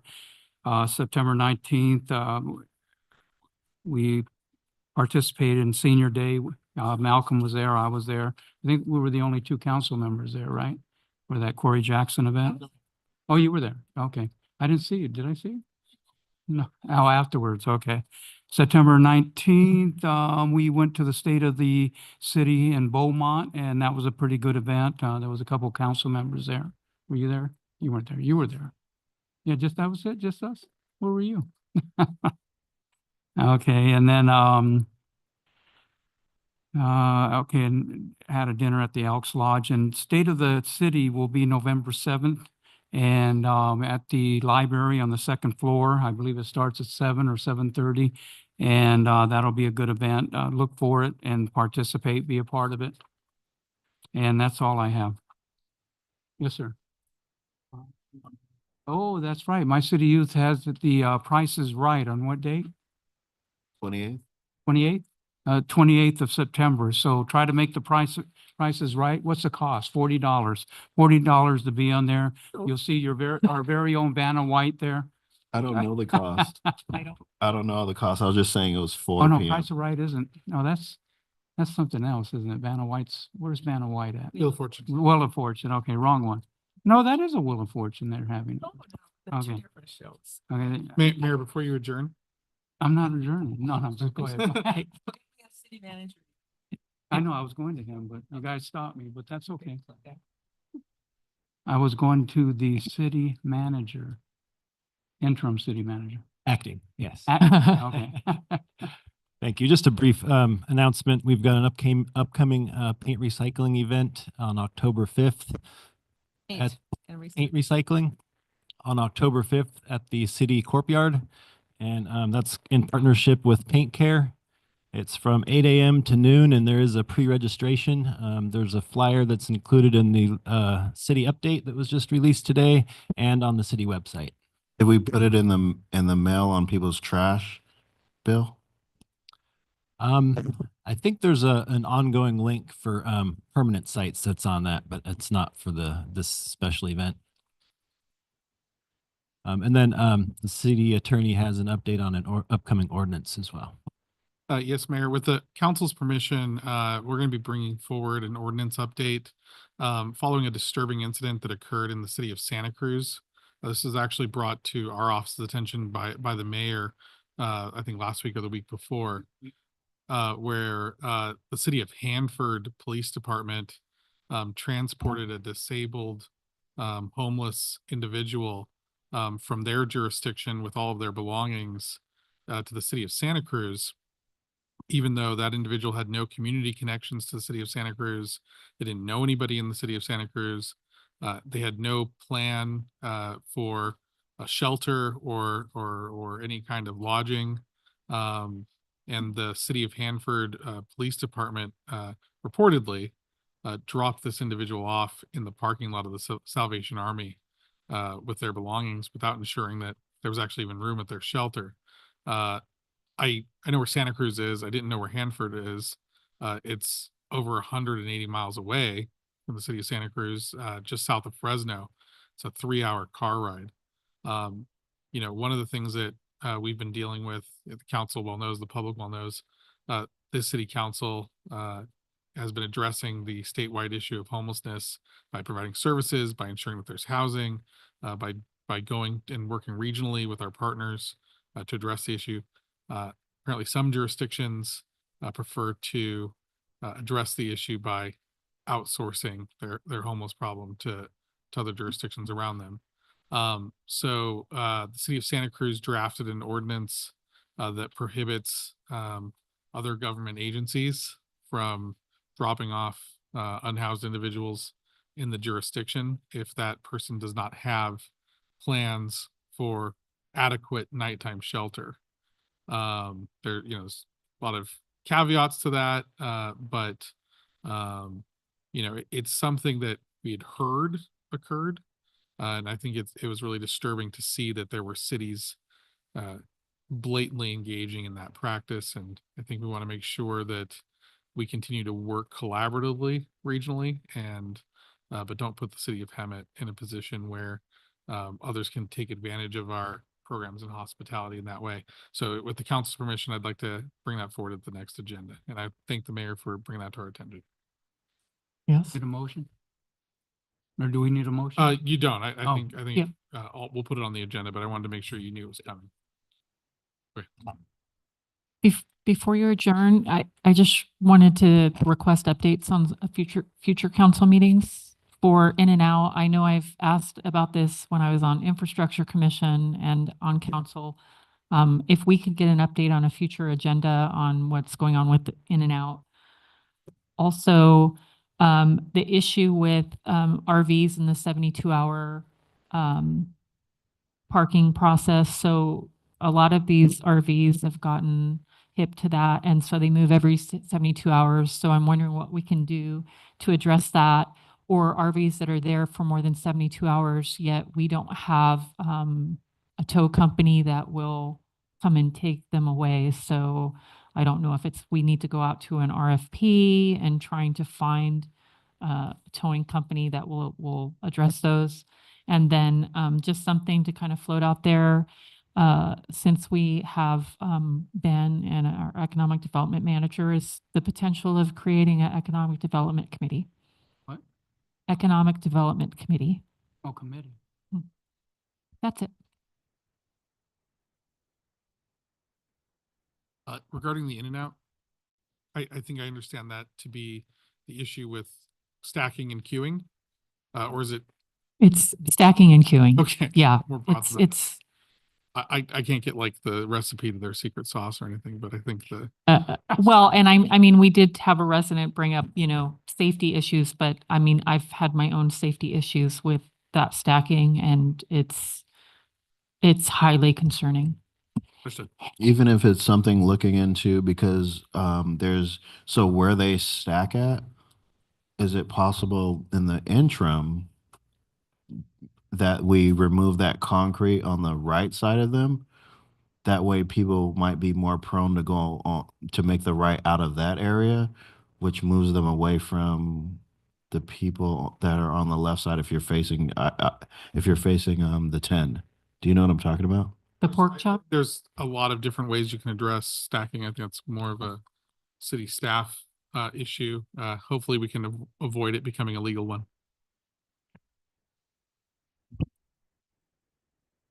There being no further business, this meeting is adjourned to the next city council meeting on October 8th, 2024. Thank you for joining us tonight. My voice is going out.